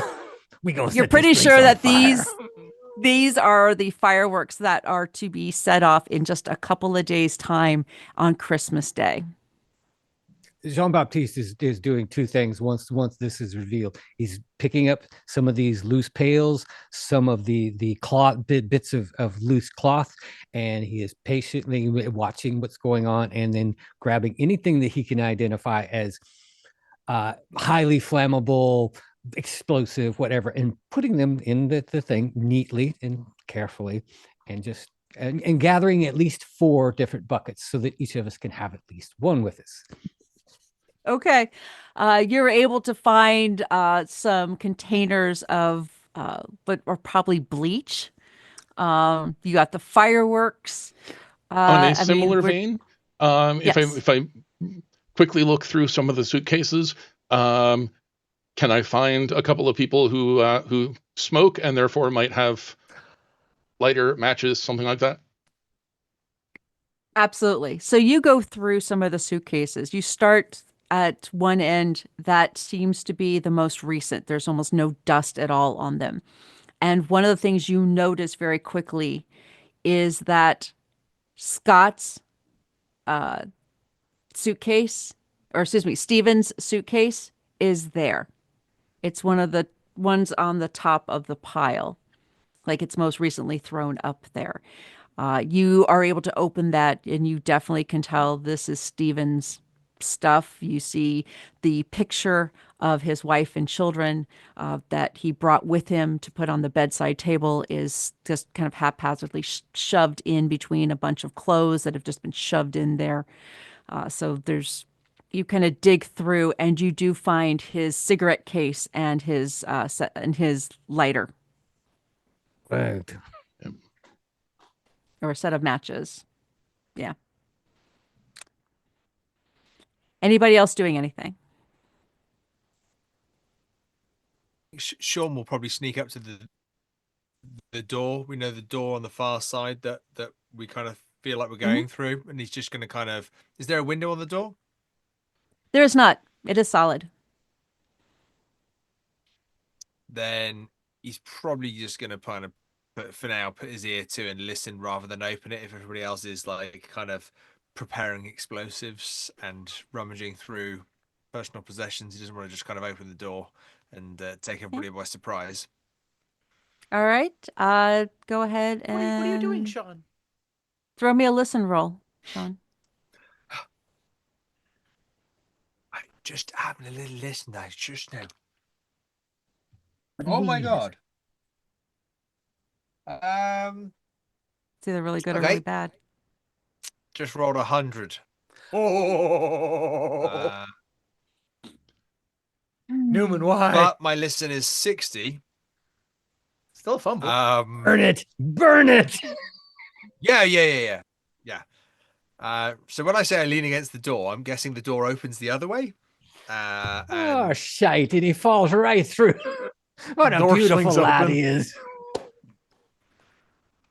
He'll leave a beautiful corpse.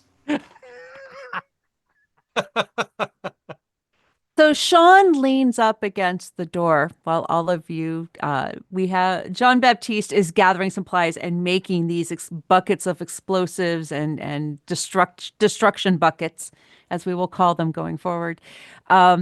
You're pretty sure that the wool blankets would probably survive. I mean, you're able to grab, the aprons are probably just basic cotton, so you have various materials in each bucket.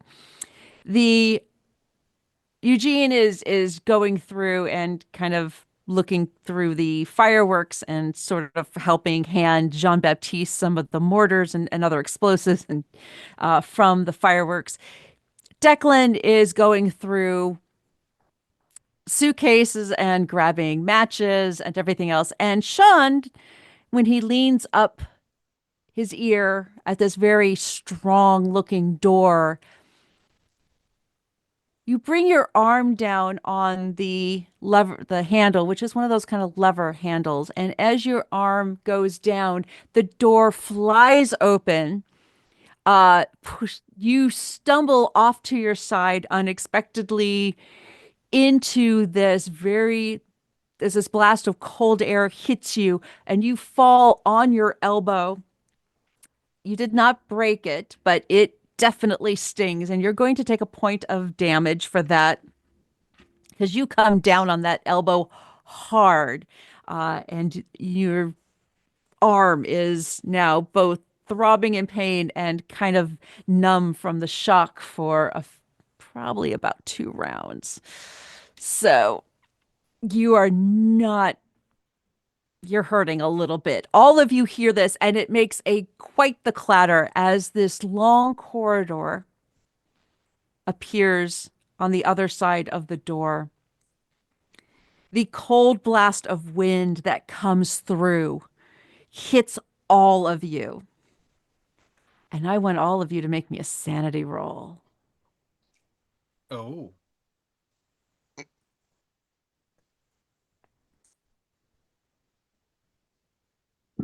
I rolled a 4 again. I rolled a 48 over 40. Just slid in. 51 on 55. All I right. cannot get over Declan's head. 88 under 90. Nice. For those that succeeded, the cold blast hits you and it feels like it just kind of works its way into your bones very quickly. A feeling of not right, but the best way you can think about it, creeps through your mind. For those that have failed, that same sensation comes through your being, except what you start to hear in your mind is buzzing. A very low undercurrent of just buzzing starts in your mind.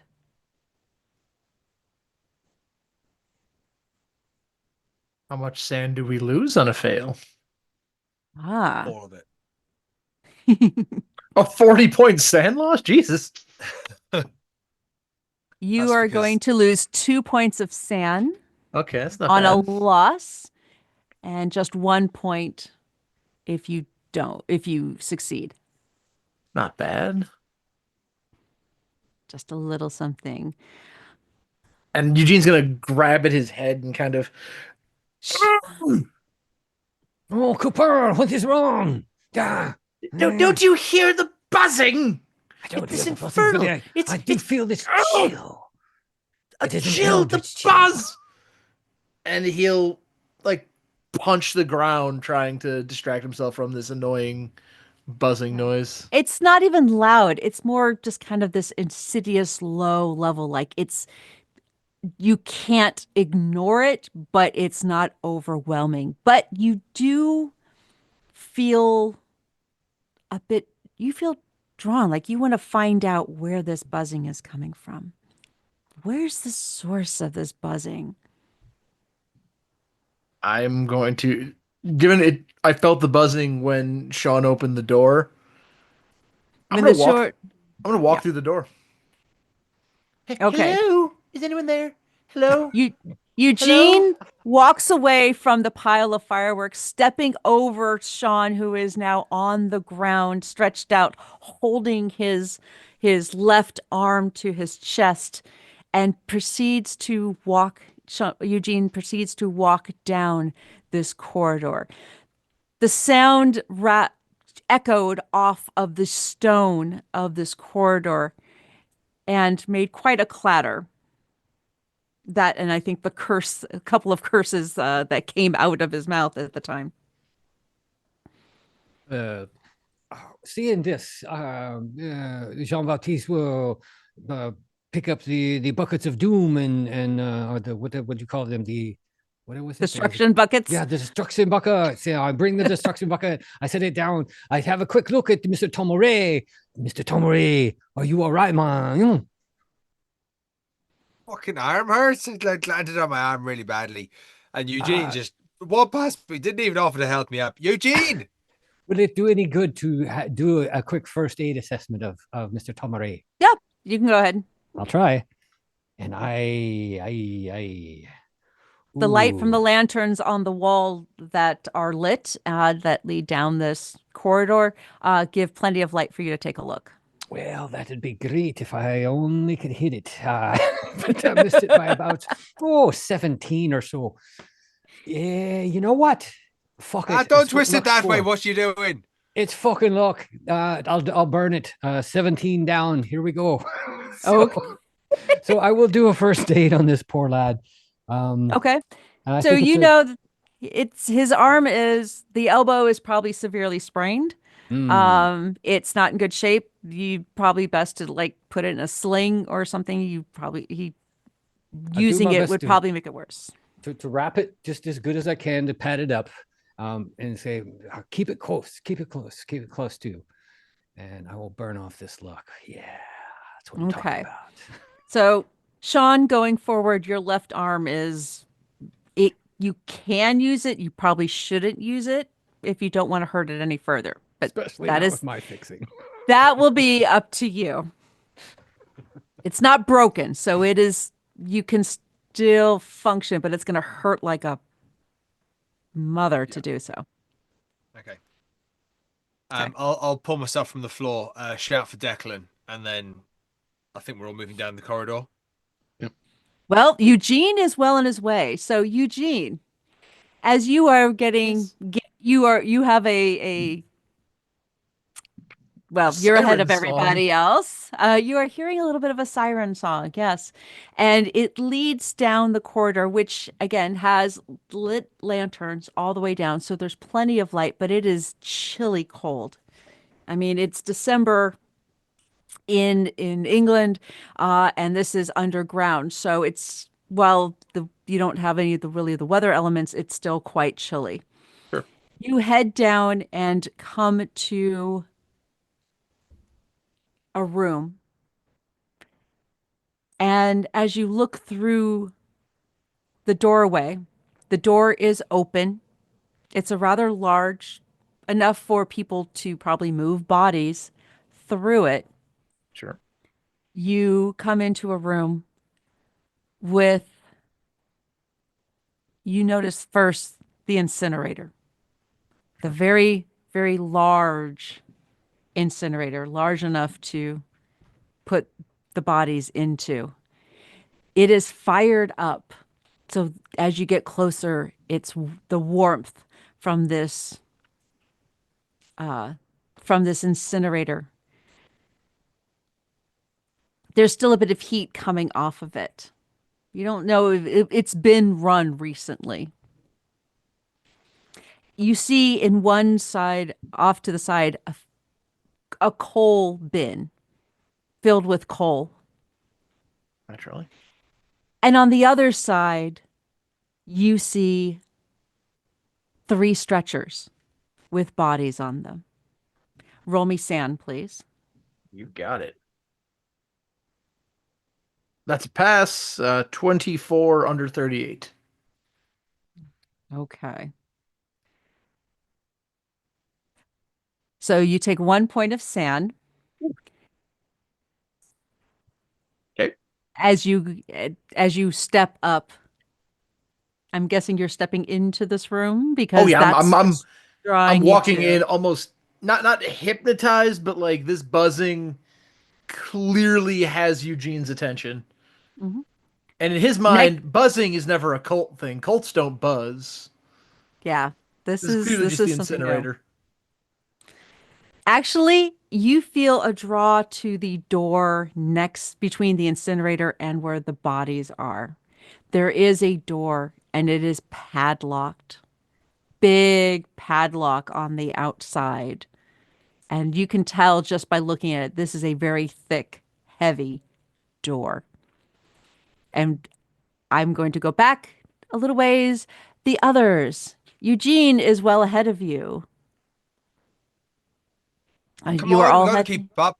You can't you've got to stick together. We're not going to be able to do this thing on our own. Get your buckets of death and let's go. Dr. Joy, hey, keep up. I'll help Sean here. Yep.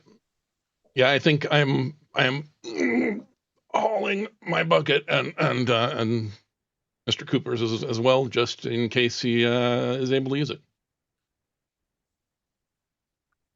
Okay. You again, as you get closer to the door, feel the warmth, lingering warmth of the incinerator and come in to see what I have already spoken. Eugene, as your compatriots come in behind you, you have looked down and are looking over the corpses. And what you notice, there are three. One is an elderly person. You recognize this person. He was a patient here. And you remember he was the first one to die. You were told he had passed. Yeah. He died right after all of you arrived. And as you look over, you notice that what's wrong with this picture is not that it's a dead corpse, it's that his eyes are missing. Ooh. Ooh. He didn't see that one coming. And a little bit of fluid is dripping from coming from their nose. Of course it is. I do have one question, actually. Yes. Because you mentioned the door with the padlock and being drawn to it. Mm-hmm. And a pile of coal for the incinerator. On the other side, yeah. Is there a shovel? There is, as a matter of fact. Okay, let's just continue with the corpses. I just want to make a note that I will be holding the shovel while looking at the corpses. For reasons. Okay. Newman, look out. The second corpse has curly brown hair. The face is frozen in a terrified expression, as if they died because of fear. The eyes are wide open and still intact, but just whatever this person saw before they passed left this expression permanently on their visage. This you recognize. In fact, you recognize this person because you were just recently talking about them. You have found Stevens. And Stevens, while his face and eyes are intact, you notice that down a little bit further, because there's no covering on any of these corpses. They're just lying there, almost just left, almost like trash. But this one is a bloody mess on the right side, as you realize there's no arm on the right side. The third one, as you turn away from the bloody gash of where there should be an arm, you turn to end up seeing the third corpse. And this one chills you to your bone. For this third corpse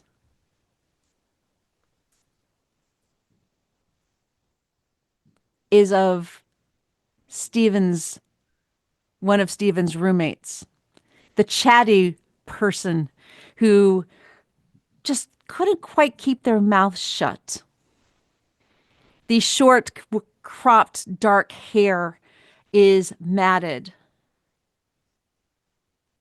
the head's almost misshapen, like the skull has been partially smashed in. Shovel. And the worst part is not even the still drying area that oozed, is that you can see from the hole there's nothing in the skull, as well as the gaping hole in its chest where a heart should be.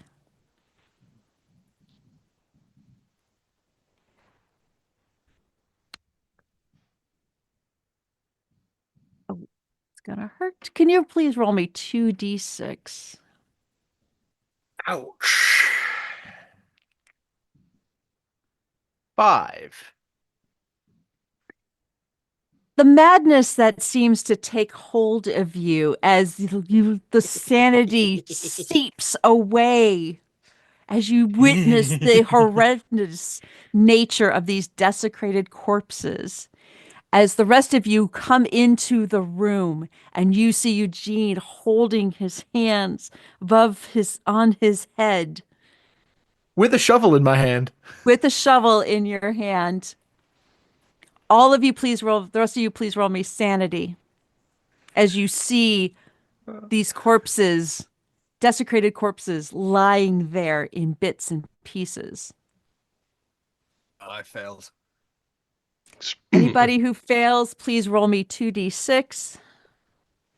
Anybody who succeeds, please take 2 points. Extreme success, if that matters. Oh, nope. Declan just shrugs it off. You know what? Declan, you'll take 1. For an extreme success, I will give you that. You only take 1 point of sanity. Yeah, 6 points of sanity loss for me. Okay, so Eugene and Sean, both of you, the buzzing increases in your mind, and all you almost then hear the buzzing coalesces into a voice. It sounds like a million bees, but somehow they are speaking to you. Open the door. Let me out. I'm gonna swing the shovel at the padlock. Do I have the key for this padlock? You have keys. I've got a small key as well. Although I gave it to Declan. I think we've matched that to the elevator, but I'll hold it up and check it against the padlock. Well, I've got my rang of keys. After Eugene slammed the spade down, if that's not done anything, I'm going to run over with my keys and just start going through them one by one. Just muttering, open the door. Open the door. Open the door. We got to open the door. Eugene, we got to open the door. As you're in between you trying keys, I just want to try to chop it with the shovel to pop the lock open. Like when you hit a lock hard enough, you can usually bust the spring. But you're doing this trying keys. I'm just alternating, finesse, brute force, finesse, brute force, just over and over again. Okay, who is trying to use the keys specifically? That is Sean. Sean. Okay, Sean, here's what I want you to do. Sean, I would like for you, actually, Eugene, I would like for you to give me a strength check. Sean, I would like for you to give me a dex check. Yeah, okay. I kind of thought this was coming. This isn't mochi making. Hard success. I'm burning 1 point of luck to make it a hard success with my shovel. Because why not hit him harder? Okay. Okay, I got 49 under 65. Okay. So for dexterity. So, Sean, you go in and you try one of the keys, but before it seems to fit, but before you can turn it, you are able to duck out of the way as Eugene's shovel comes down hard onto this padlock. And not only does it break the padlock, but you do see the part that goes in slip up a little bit. So you think another good solid hit or two would probably open it. But it also shears off the part of the key that is sticking out of the lock. Okay, I'll move back from it and be like, Eugene, hit it again really hard. Do you need me to roll again to hit it? Yes, please. Oh, yes. That is another hard success. Okay. 30 under 74.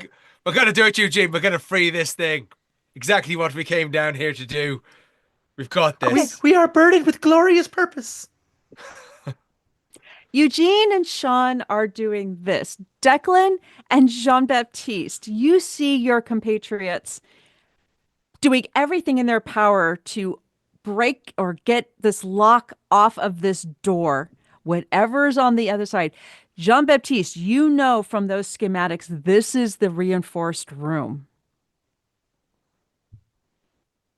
Dr. Joy, we, oh, this is very, very bad.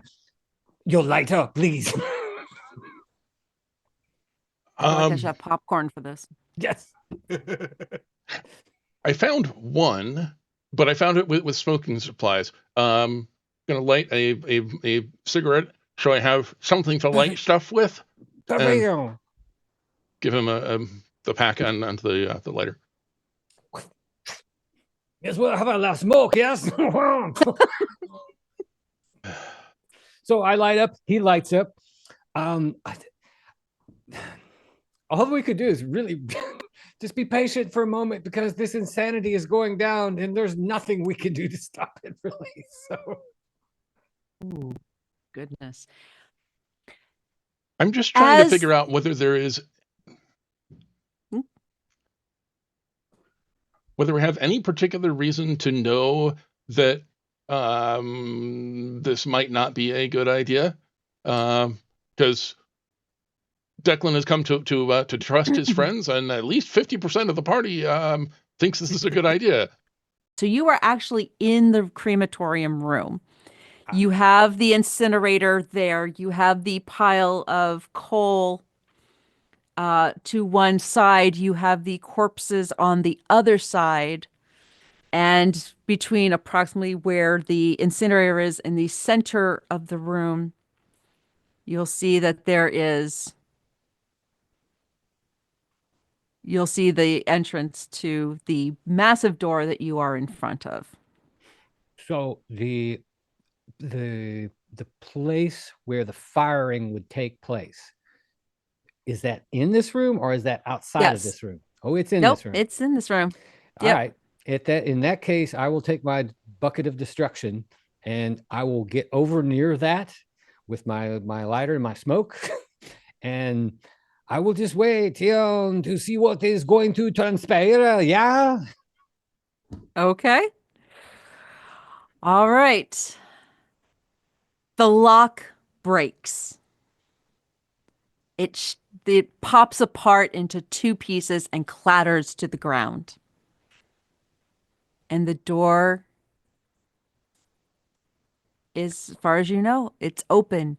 The buzzing has become incessantly loud in your mind. Ah, yes. Open the door. Free me. I'm ripping that door wide open as soon as the lock pops. I'm helping.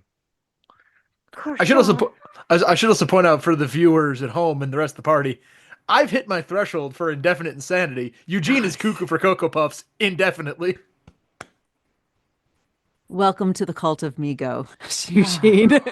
As you are brought, I've hit my fifth sanity loss as well. Oh, good. 2 new members. Fabulous. I only had 8 to go from the start. The door, you open the big door. Steve, now is the time for that last handout that I sent you this morning. Yep. I had a feeling. And you see... Is it a puppy? I hope it's a puppy. It is not a puppy. Is it Santa Claus? Oh, that's not Santa Claus at all. Well, not as there far it as what is. we've been told. That's an ugly ass reindeer. Kitty. There we go. Rudolph the Red-Nosed Migo? I'm assuming that once we see this, it's straight up sans, yes? Oh, yes, very much so. Very much so. The two are other permanent, but yes, those of you who have not gone completely off the deep end yet must roll sans, please. You can always take more. Okay, I failed. What was the the five? How many do I lose? Yeah. How many do we lose on a fail? You can still take from the indefinite people. We just go into a bout again. Oh, goodness. Okay. So I get to roll this. There's too much glee in your voice right now. Roll a 32 and take I don't Eugene know what out. you're talking about. Okay, so this is going to be, how much is that? That's an entity. So that is going to be 4 points of sand loss. You guys got lucky. 4 points of sand loss for both of you. Yeah, 4 points puts me at, I'm now at that 5+ as well. That's beautiful. Okay. I succeeded, if that helps. Okay, so at that point, you will actually only take 1. The smell that emanates from this room, blood, urine, excrement, mixed, all the smells of death and rot meat, probably rotting meat, just pours forth for all of you. The only thing in the room is the Migo. You see a small nest of probably rags or what's left of clothing, bloodied and stained. And in the middle of it, you see the 2 parts of a very large egg, like something is hatched out of it. And you're pretty sure the creature before you is probably what came out of that. It stands right near the nest, almost protectively, yet the room itself is not very large, so it doesn't have a whole lot of room to move. The voices in the heads of all those who have gone off the deep end, who I believe is everybody but Declan, everybody who has reached that stage, all of you in your head hear multiple voices, but speaking as one. The buzzing is still there, but the voices now, you almost hear like Stephen's voice and the voice of the elderly patient. You hear the sound of multiple patients, the ones that have gone before who are now part of this thing. And you hear them speak, "Need fresh blood. Feed me, and you will be in my master's grace." Declan wants to do something because seeing a third, that's finally putting 2 and 2 together. That this is not going well.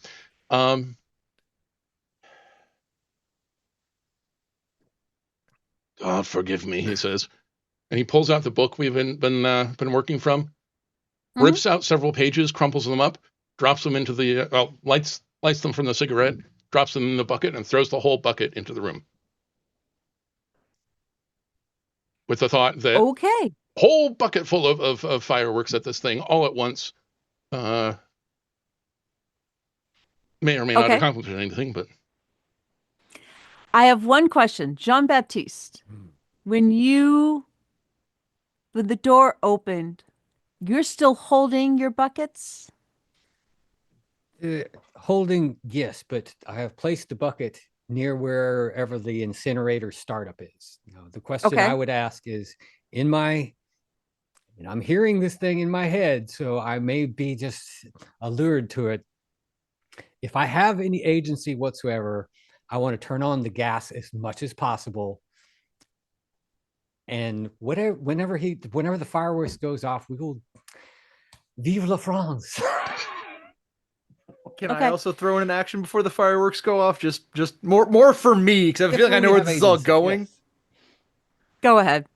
Because of his close proximity to me, and the Migos asking for fresh blood, I would like to take the shovel in my hands and crack Sean in the back of the head with it. I was gonna try and stab you with the little pendant thing and offer some blood. I bet I got you beat on decks there. No, I think you have. Oh my god! Yeah. I was gonna use the little stinger pendant and like try and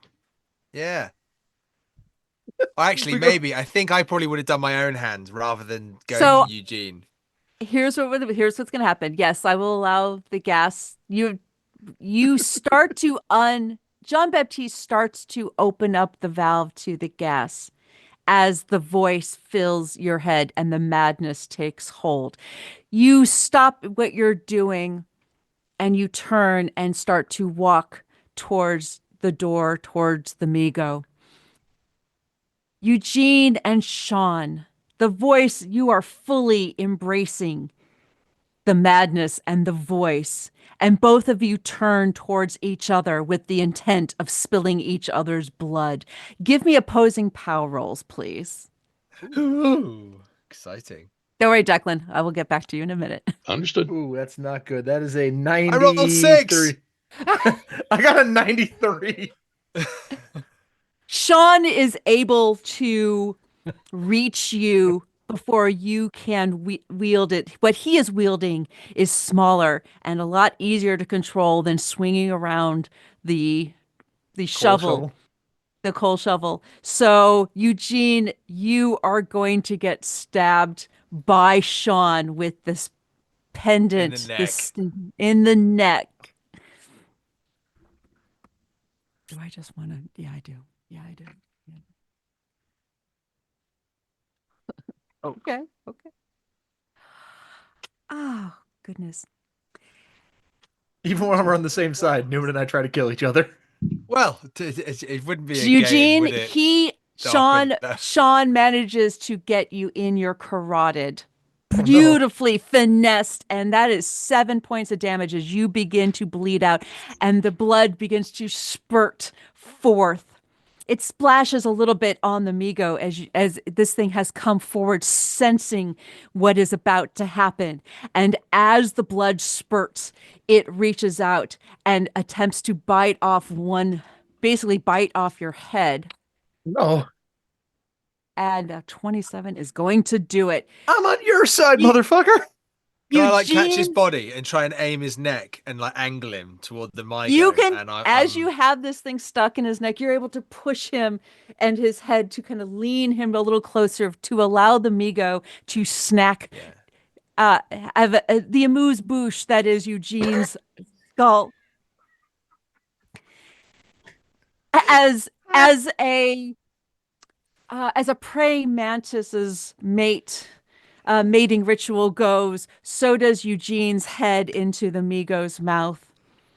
And as this dance plays out, and Jean-Baptiste is just getting to the door as just behind the other two, Declan realizes the inevitability of this, lights off his cigarette, the bits, and throws it into the doom bucket and tosses it towards all of you. Declan, give me a power roll. Not screw this up.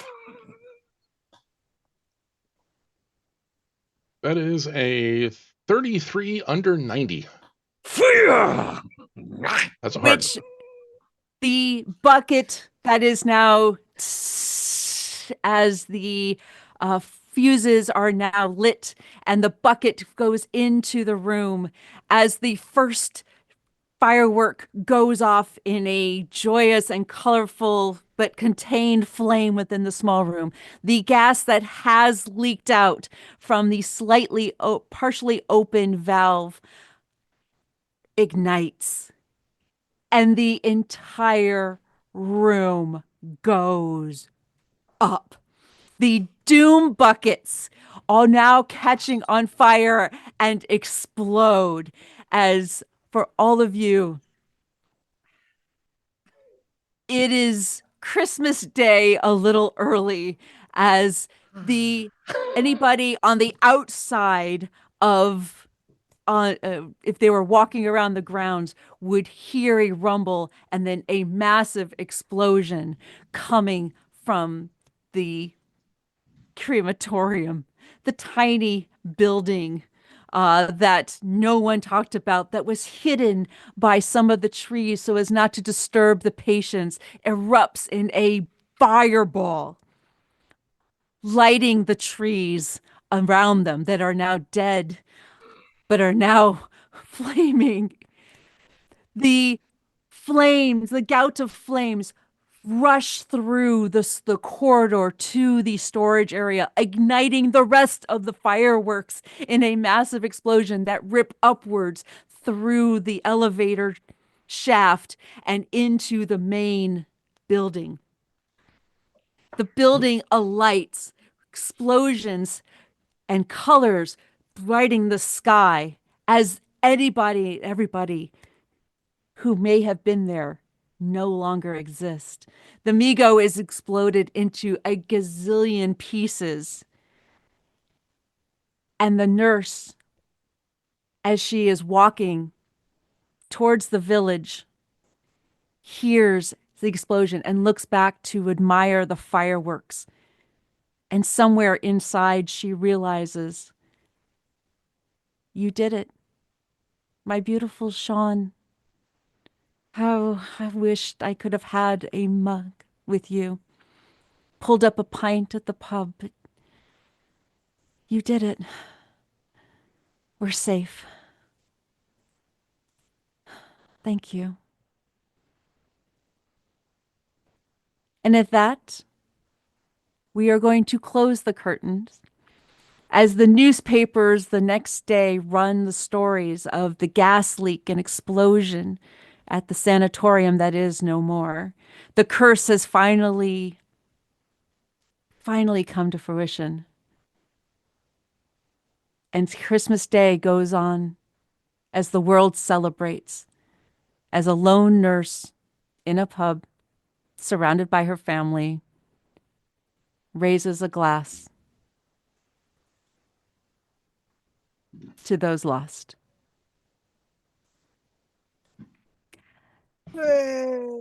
Merry Christmas, everyone. And thank you for joining us for Christmas at the Sanatorium. I'm going to turn it back over to Newman and let you take us out. Amazing, absolutely amazing, Heather. Thank you so much for running this. Before we go anywhere, we're just going to do a quick round the table, just so you know who your players have been today and where you can find them, and also just give everybody a lovely sign off and a Merry Christmas. So, Doc, amazing Doc, we'll start with you, my friend. All right. Hi, everybody. I'm Doc. This is so fun to play. If you want to get in touch with me, I am on the Discords. I am in a variety of places. I have some scenarios on the repository. If you want to check those out, pick those up. I would be eternally grateful. That'd be the best Christmas present to me. And Merry Christmas to all of you out there. Have a great holiday season, and don't do anything that I wouldn't. It's not a long list, but it'll get you in a lot of trouble if you do. I was gonna say that's not a whole lot. It's not a big list. And Steve, who not only has been playing tonight, but he's also been running the whole backstage of Twitch, all the handouts and everything. So Steve is a regular, everyday superhero. Steve. I am Steve. You can find me on the socials at Tall Halfling, sometimes Tall Halfling RPG. I keep telling myself one of these days I'm going to play a game on Miskatonic Playhouse that doesn't end with setting everything on fire. This was not that day. Mate. Is that possible? Merry Christmas to all, and to all a good fright. Excellent. And the wonderful Gene Williams. Thank you very much. I am Gene Williams, and you can find me on Discords at Gene Williams in parentheses Mindspawn. You can find me on socials at Mindspawn Music usually, and then if you look for my website, I am at mindspawn.com, and I do music of the dark and strange nature, in particular stuff for theater of the mind, as we were playing here. So everyone have a wonderful holiday season. I wish you all the best. Amazing. Thank you, Gene. And obviously our wonderful keeper this evening, Heather.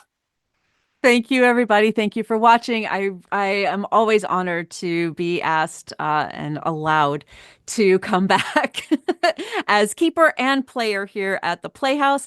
Again, my name is Heather Ashcraft, otherwise known as ValyGirl Heather, on pretty much all the socials. You can find me primarily on Discord, but I tend to go to everything except the big one with the big letter, which we don't talk about. That's why we have Blue Sky. So I am a TTRPG. I'm a writer. I'm a designer. And over the last year have added Keeper online, actual play actor, which has been an absolute joy. This is one of my favorite places. And I was so glad to be able to celebrate the holidays here with all of you. Please, I'm just going to real quick shout out again, Christmas at the Sanatorium, which there's a lot more to it, was written by Carolina Dahlgreen. It is available on the Miskatonic repository on Drive-Thru RPG. Please go check it out. Please support all of our writers and creators and all small businesses, especially this holiday season. If you're looking for me, my next in-person appearance will actually be next month. I will be out in Philadelphia for the Philadelphia Area Game Expo, otherwise known as PAGE. I'm actually going to be running some games for Amazing Adventures for Trollord Games, but I have several things in the works with Cthulhu for the repository, and several other things. I am hoping to be, everything works out well, which is lining up to be. I will also be at GaryCon. I will be at Midwest Gaming Classic just as here in Milwaukee, and then I will be headed back to Chaosium Con in Ann Arbor, Michigan next spring, which I am very excited for because I have a special event that I am working out the details for, but it's going to be a live action event that I am going to be running. So, but until then, you'll find me also on Lightless Beacons on the doing a lot of stuff there. In fact, we just wrapped. We have a couple of things coming down, but I am going to be running. Oh goodness, I am prepping Slowboat to China from Pulp Cthulhu, so that's going to be coming down the pipeline. We just wrapped The Moonchild, which will be re-releasing in the early spring, and I believe for the Playhouse, I have been tapped for two things. I'm not going to talk about the second one, but the first one, which is really important to me, March 8th. Mark it on your calendar now because International Women's Day, and I am leading an all-female, all-star cast and crew through a very special scenario, and I'm very excited for that. So that's enough for me. Thank you again. I very much love being here. Newman, please say something to get me to stop talking. Well, Heather, you are always welcome. You are amazing. And I do also want to echo your shout out to our amazing friends, Lightless Beacons as well. If you haven't checked them out, get online now and check them out. Go on their Discord. You can find them on all the places that you'd find pretty much us as well. So, support them. They're an amazing group of humans, and Heather is very much part of that family as well. And they're very good friends of the Playhouse. I am T.A. Newman, your host at the Miskatonic Playhouse, chair of the Miskatonic Repository Convention. But right now, my friends, it's time to say thank you so much for joining us this Christmas, and we hope you have an amazing holiday. Whoever you are, wherever you be, and whoever you worship, including the MyGo we just destroyed, have an amazing holidays. And until next time, when the curtain rises again.